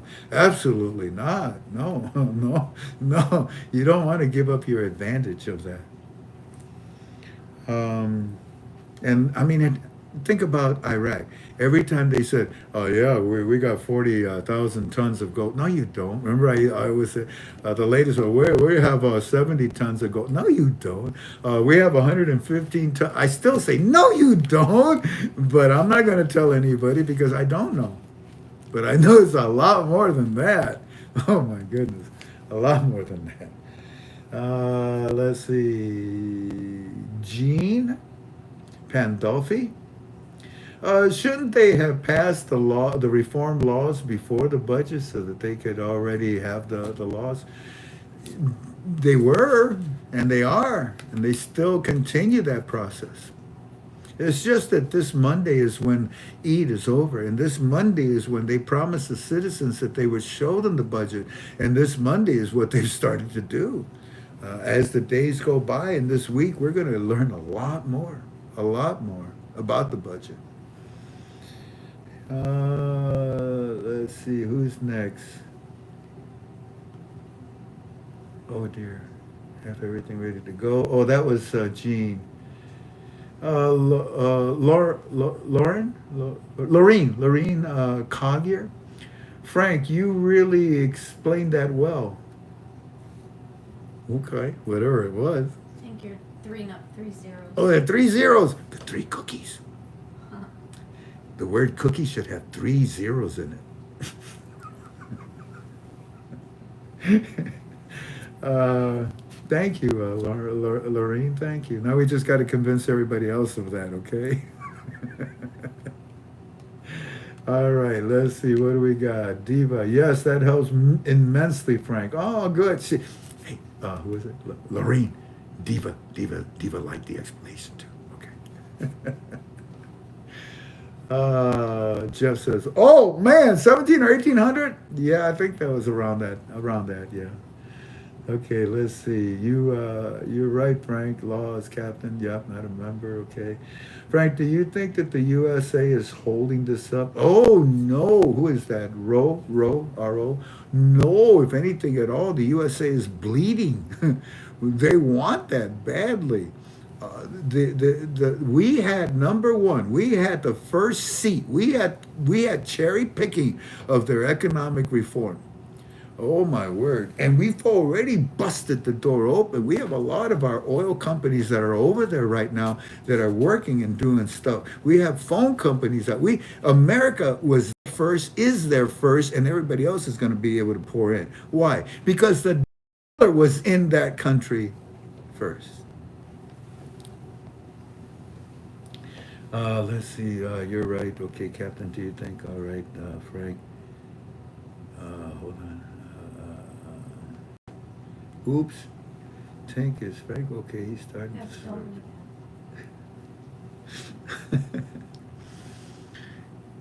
I'm tired.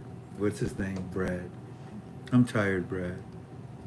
Brad, my day is spent on the phone. I can't get off the phone. I get tired. My wife does all the driving, don't you think? I do. I do. My wife, I haven't driven in over 20 years. Yeah, even when we went to Hawaii and lived there for 6 months and before I got sick, my wife did all the driving.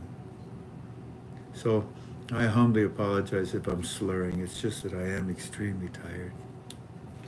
Uh, it takes a lot to prepare these UB-tubies. Yeah, it takes a lot. Let's see. But thank you for now. Uh-oh, we're spinning in circles. We'll fly high like a bird up in the sky. Okay, stop. Donna McPherson, Frank and Tink, what's the first thing that you want to do once the RI occurs? Go to our church. Go to our church. If it's in the daylight, go to our church. Go into the sanctuary.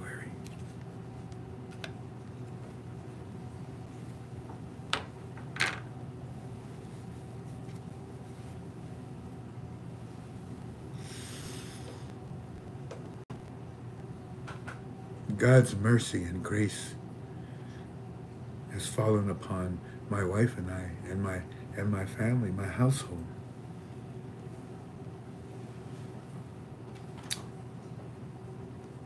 When you go back and look at the videos, I was dying in front of you.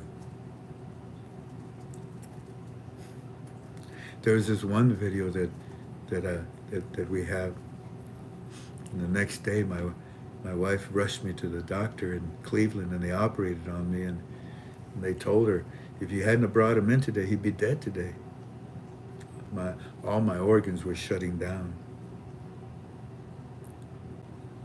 because my right kidney was putrefying. It was dead, and it was poisoning my blood, and it was going to shut everything down, all my organs, and I would have been gone.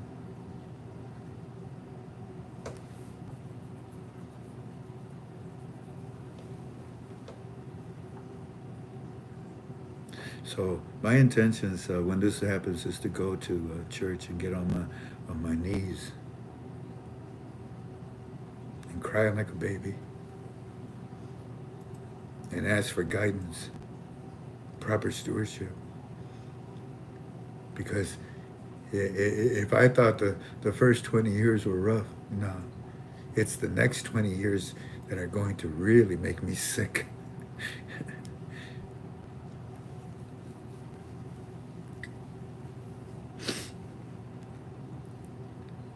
Anyways, that's what we're gonna do, isn't that right, babe? Yep. That's what we're gonna do. Let's see, what's another question? Does the U.S. bank failures have any bearing on the RI introduction? Absolutely not. And that's why I say America is bleeding to death. They badly needs this RI.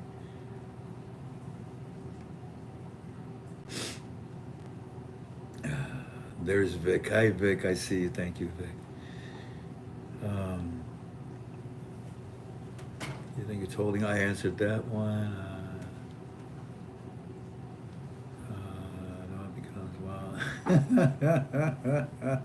Oh, Jeff, you figured out what our Federal Reserves are going to turn into, huh? Yeah. And that's why the White House that we have right now is desperately trying to get their paws on it, but they don't have a chance. We got the floor.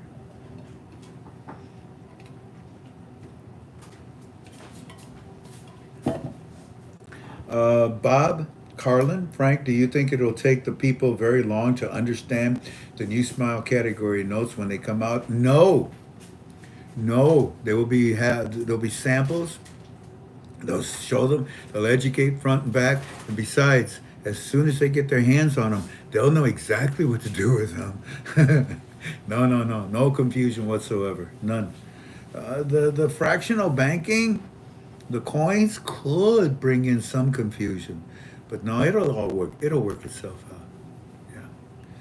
Yeah. Do you think that the American dollar will die throughout the world? That's Mr. Keith's question. No, the American dollar is still the backbone for many things. We've lost a lot of power. We've lost a lot of positions. But no. It'll still be used by many countries around the world. And I believe that once we have new leadership, that does not want to purposely destroy the American dollar, that does not purposely want to destroy the American citizens' income, our government, our rights. I think that once that government is gone and replaced with a normal government, all the other countries will finally say, whew. And maybe some will come back to the dollar, especially if you start to see it growing. Everybody follows a leader. Nobody follows a loser. That's why they're abandoning the dollar. But once the dollar gets back up on the market because it's bought, sold, and traded with in an international level by good leadership, shoot. Let's see. Bob Carlin. Frank, do you think that it will take the people? Oh, I already answered that question. That was about new small category notes. Peggy, I like that. I'm going to fall on my knees. Yes, Peggy, good for you. Lauren cracks up. Okay. Texas T. Frank, what does pink represent in your suit color coordination? I don't mind answering that question. I answer all of my suit colors to you. And I will admit, pink is a recent color that we've added. And I'll tell you, it stands for, you want to tell them, Tank? Yep, it stands for expecting. What? Delivery. That's what expecting means. You're waiting to deliver. Yes, pink represents we're expecting a delivery. We are expecting something, a new exchange rate, a budget, whatever. We're expecting something very soon. And the white is for new information, basically covering the new budget information that's being released. Alrighty, are we done with the questions? Is that it, Tank? Is the dinar asset backed? Is the dinar asset backed? Oh yeah, and gold backed too. On top of that, take a lesson USD, take a lesson U.S. government. Texas team, may God bless you abundantly. Truly, Frank. Oh, you're an American hero. Hoorah. Keith, what, honey? DJ has a question. Okay, hold on, Keith. Is there a reason why Iraq is not joining the BRICS? Wouldn't it benefit them? Who said they're not? They are. They shall. Same thing happened to me. I was very close. No, that's not that. Frank, you're not drinking water. Okay, thank you, Tara.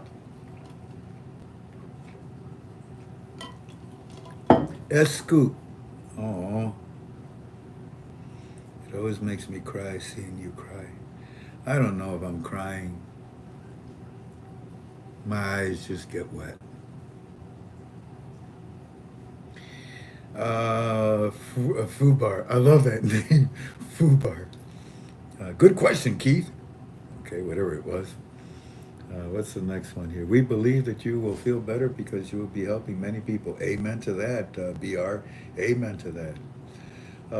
Patriot Girl, blessed you are still here. We greatly appreciate it. Okay, I'm looking for, wow, amazing, such a story. Okay, whatever that was. Please don't claim that. Okay.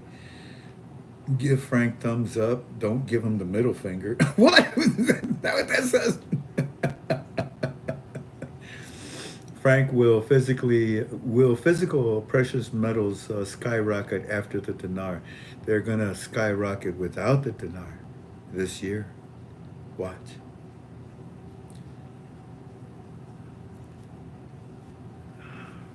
And with the dinar, it'll explode. Many people will buy precious metals soon. Donna, God bless you, Frank. God has a plan for you. Indeed, indeed. I want him to have a plan for me, to use me. Sun Viper, I like that name. Is the dinar asset backed? Yeah, yes, it is. Gold backed too as well. What else? DJ, can you explain to the family why the stigma around this being all a scam is wrong? Well, Because those that are claiming it to be a scam, DJ, are the ones that sold us the dinars. Wells Fargo, it's a scam. Well, can I talk to your law department? Why? Because you guys sold me dinars back in 2008. No, we didn't. Here's a receipt. I don't see nothing. Chase, it's a scam. You don't know Jack. Anyway, so I think that the concept of institutions claiming that it's a scam is more of a force field, a form of protection, in my opinion. I believe that if you go into a bank at Wells Fargo and they start talking to you, you got dinars? Oh man, when it happens, you come on in, man. We'll exchange it for you. Oh yeah, yeah. Because the next question will be, well, when do you think it's going to go up? Well, I think it's going to shake. Hey, it's so hard to get good help, isn't it, employer? It's so hard to get good help. And banks, they suffer from that as well too. Yeah. The executive level cannot trust their employees to keep their mouths shut.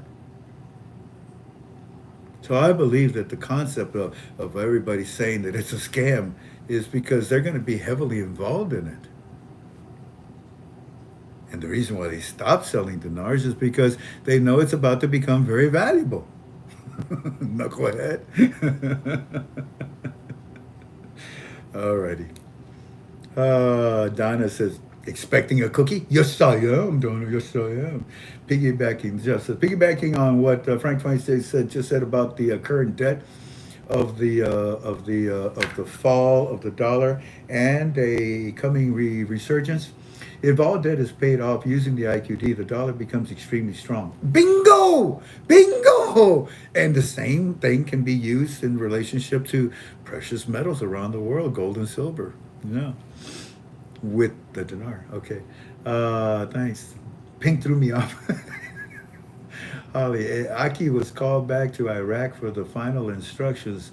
This plus the final required laws passing today. Then we are right there.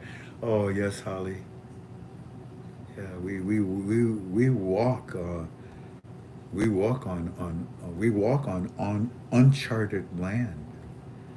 We sail the uncharted seas right now. This is the monetary reform. I thought my eyes were fooling me, and I saw red. I missed whatever. Shirley, Frank, I have not any problems with the video. Thank you for telling me. Let's see what's going on. I think we're done. Are we getting there? Yeah, I think so. Miguel de Morillo. When they microchip us like pets, won't we have to use that system? Why do you think I teach you to load your basement with water, with dehydrated food? Why do you think I teach you invest in gold and silver? Why do you think I teach? You won't have to worry about those things. They can scam. What's this one? They can scam because it has taken a long time. People lose faith in whatever. No, that's not a question. Let's see. Who saw the currency? FX. Okay, you're talking to someone there already. Hi, brother. No. I think that's it. There's a bank story at the bottom. Oh, a bank story from Mari Velasquez. Not anyone, Frank. Not anymore. Oh, see, I said it. Thank you, Jan. Not anymore, Frank.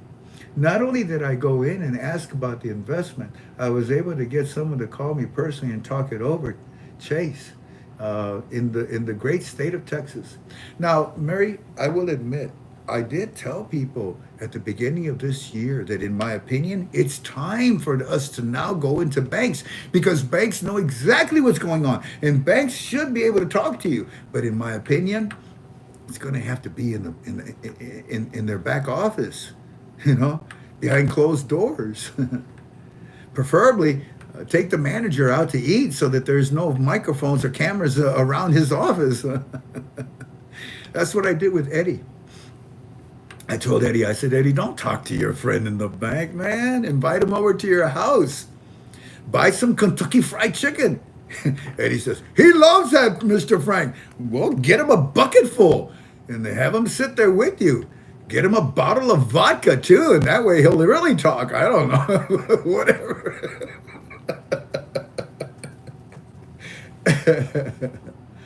uh, Well, why did they block that? Did he block it himself? Is there any chance the CBI may drop 3 zeros off the notes instead of the exchange rate? No, Larry. No. You're brand new. I already explained that in depth. Go back, rewind, and understand it. It's impossible to drop it off the notes. You're not going to cut it with a pair of scissors. Okay. I think, does one of the articles of the budget that SUDANI is amending include the one that addresses the exchange rate? That's Flagal. No. Excellent question. In my opinion, the exchange rate, that line item, that RV is established, ready to go. Good question. I like that question. Very well done. And family, I think that's about it. Eddie, Mo, Frank, any thoughts on the boulevard? No. Besides, I think it's sanctioned. And besides, it's not a very friendly country. And they're against us. They're working with China. Any country that works with the 5 communist countries, China, Cuba, Vietnam, well, poor Vietnam, except Vietnam. They're trying their best to get away. No, I wouldn't mess with them. Wichita woman says, KFC and vodka. That's funny. Joe Chase says, Chase Bank has called me too. Yeah, Joe. Oh, remember I told you I have a dime a dozen. I have many bank stories. Every day I get bank stories of somebody telling me, I had success. I said, I know you do. I know you do now. But it's pick and choose, you know. It's hop and skip. You don't know which bank is willing to talk to you. And I'll tell you anything, I'll bet you anything, they talked to you behind closed doors, didn't they? Yes, sir. And they called you and they talked to you. They didn't talk to you in front of anybody inside the bank, right? And some of them have probably even made an appointment. Can I come over to your house and talk to you? Because they're doing that too now. Especially if you have a caca load of dinars. If you got a lot and you can prove it to them. Jeff, let's finish with Jeff as the last question here. No name, Frank, doesn't talk about non-disclosure agreements. That's something from gurus that have nothing to do with Frank. There are no such thing as NDAs. That's another thing that gurus invented. NDAs. I can't talk. But then what are you doing on the internet, on a forum, talking to everybody about this? I'm not talking about everything. Shut up. There are no NDAs anywhere. Here's another one I get a kick out of. Hey, Frank, what? I belong to tier 4. What tier do you belong to? I said, the ones that are coming out of my eyes that you're talking to me about, tiers 1, 2, 3, 4. There are no tiers. It's illegal. It would be impossible. That's what the Bidens do. We don't smuggle money. We don't count. No, there's no such thing as a tier 1, 2, 3, and 4. Everybody goes to the banks and exchanges, and that's it. Nobody gets treated special. And if they do, you're sure as heck ain't going to find out about it. That's black ops all the way. But what's another one that cracks me up? I belong to the Indian reservation. I belong to the Pacific Water charter boat. What the heck is that? There's a big cruise ship in the middle of the ocean, and that's international waters, and I'm going to exchange there, and that way I don't have to pay taxes on it. Where did you get that from? Guru so-and-so told me. Oh my goodness, that's crazy. That's insane. Good night, Harry. I just saw Harry saying good night. Good night, Harry. Love you, sir. God bless you, sir. Anyways, I think we're done. I think we're done, family. The moral of the story for tonight is this. Walking Stick and I would like to say that the program rate is just not enough gas in the tank to get to the 64 trillion dinars worth of projects that have to be done. Just no way. So we wait this week to see what the results are from this budget that is being exposed and shown to the citizens finally. And you can see it. It's in the Gazette. All you got to do is translate it. You can do that. Our teams have it. We've translated it. And we can only share with you so much until they share with everyone else. I had a wonderful time. I hope you did too. I hope you learned a few things tonight. Oh, and I want you to be at peace in your heart. I want you to be... Andy, thank you. Is that the only one so far there? Yep. Andy, thank you. Jorgensen.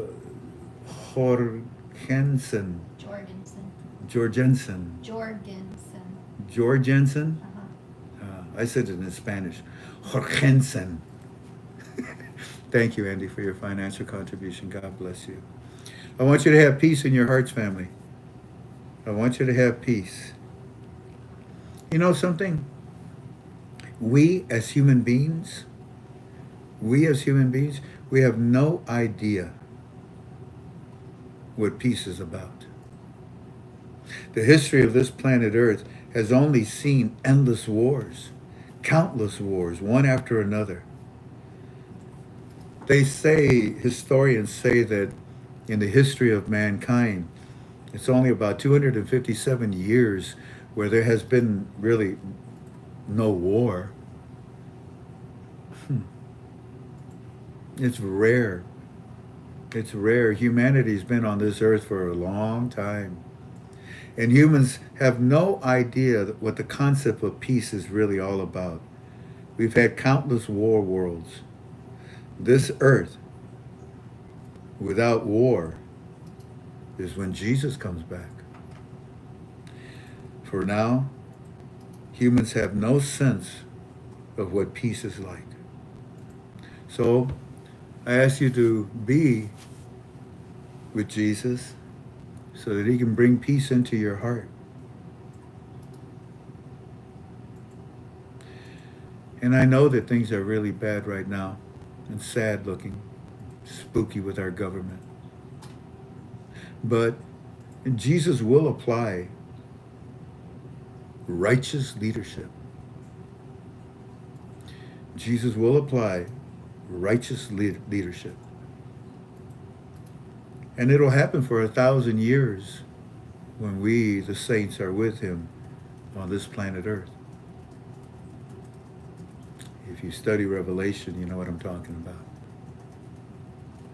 There will be no more war in the millennium of God. You can find this in Isaiah chapter 19, verses 23 to 25, if you want to learn that or read about it. Be at peace, family. Be at peace, because God can bring you that peace. And I did my best to bring you the truth. There is more to share with you. And I think you sense that. I think you sense that. Oh, Mary Velasquez, thank you. May the Lord bless you. Thank you for your financial contribution. God bless you. Thank you. I think you sense that tonight. And I want to share more. And every now and then I would hint and throw some things in there for you. Believe. Believing in your chosen truth is not necessarily true. There's only one truth, and that's Jesus. Believing in your chosen truth may not necessarily be the truth. For there is only one truth, and that's with Jesus. God bless you. Thank you for being with us. I'll be with you on Wednesday. And I believe on Wednesday, we'll be talking a little bit deeper. Right now, I turn over our service, our UB2B, to our Pastor Kendall and our brother Andy, who will pray for you, who will pray for all of us. And Brother Andy will blow the shofar. The shofar, boy, I tell you, that's just a beautiful sound. And we will hear it constantly in heaven. Your words, my words, they're sound waves, like the shofar. Your words are sound waves that travel forever, family. And it's by these internal words that we will be brought to judgment. Choose your words carefully. Pastor Kendall, Brother Andy, the floor is yours to dismiss us. Wait. I got a question. Too late. Everybody else had their chance. What'd you say, Tank? What'd you say, Tank? Too late. Uh-oh, I'm sorry. Time's up. No. Pastor has a question. What? Pastor has a question. What? And this question is for everybody. What? This question is for everybody. If you died today and you stood before God and he asked you the question, why should I let you into my heaven? What would you say? Don't answer it, because I'm not God. But just think about that question. If you died tonight and you stood before God and he asked you, why should I let you into my heaven? What would you say to him? Well, that's an easy question. Not for a lot of people, though. Because see, this is what you have to think about. Listen to this. No Jesus, no peace. No Jesus, no peace. Now, what does that mean? N-O, Jesus, N-O, peace. K-N-O-W, Jesus, K-N-O-W, peace. If you want peace with God, you have to know Jesus. Father, we thank you for this call. We thank you for salvation. We thank you for Jesus, who is our peace, who is salvation, who is life. God, we thank you. I pray that someone would hear this call, hear the call of you, God, and that they would answer, what must I do to be saved? That's the truth. That's the ultimate question. And so, God, I pray for those people who don't know you. I pray at the right time they would know what to say. Just like my dear brother Andy said, it's easy for him. It's easy for all of us who love you and love Jesus. Help the others, God, to witness your salvation. Forgive us of our sins, God. Forgive this whole nation. Forgive our leaders. For God, like Jesus said, we know not what we do.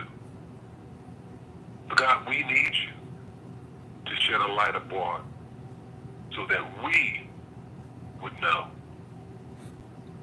not to sin against you. Father, we thank you and we love you. And now, God, as we leave this call, but never from your presence, Lord, allow your spirit to dwell with us. Allow peace to dwell with us. Allow love to dwell with us. Allow unity to dwell with us. For it is in Jesus' name, with thanksgiving, we pray this prayer. Amen, amen, amen. And amen.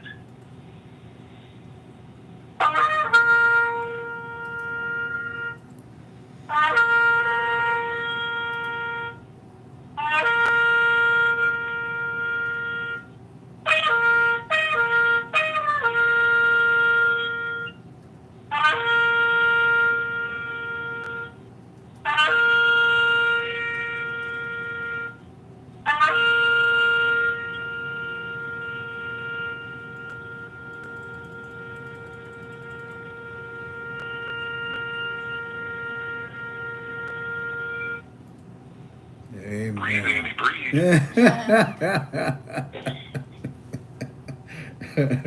breathe, breathe, Andy, breathe. It's good for the old man, huh? Yes, sir.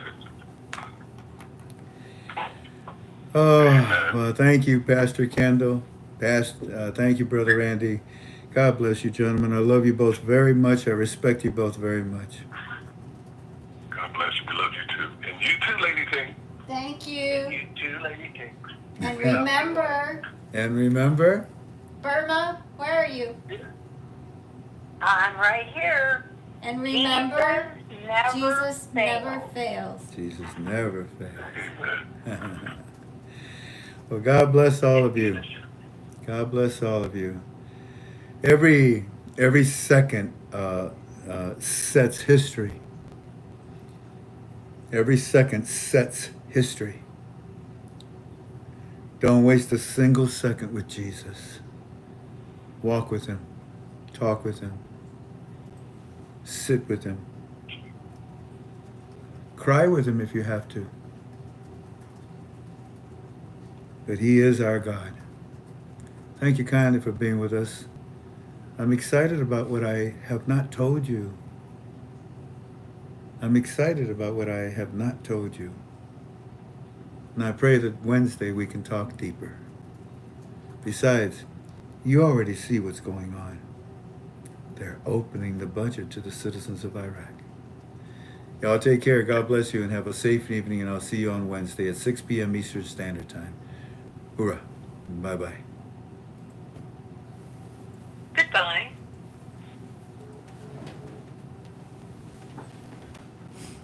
I didn't do the other commercials. That's all right. I posted them. I forgot all about the commercials. Well, I want to doggone So I cook- think you want my need what? you need some energy. I do. Where's my cookies? So I brought this for you.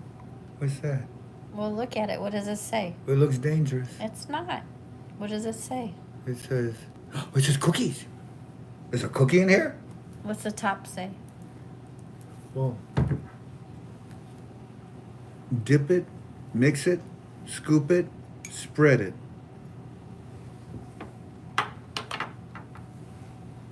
A liquid cookie? It's a cookie in a jar. It's a cookie jar. What's this called? Biscoff? Bishkoff.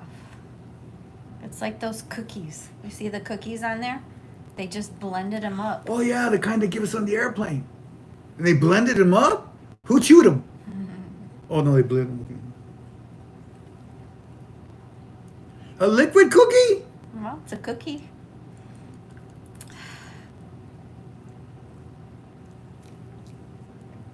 Wow. Good? Yeah. Okay, I have it. No, it's okay. You didn't want it. Oh, here. Yeah. Okay, I trade you. Wow!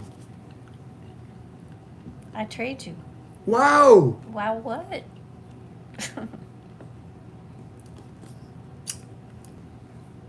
Have you tasted this? No. Taste it, babe. That's enough. Wow! Tastes like peanut butter. No?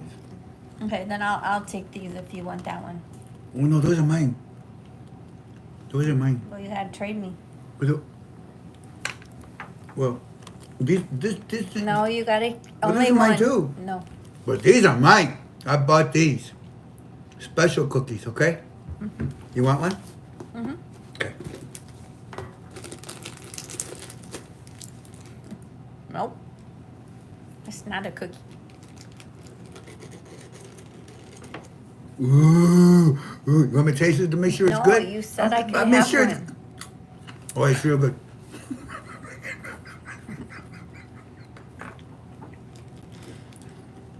Ooh. Put 'em in your mouth.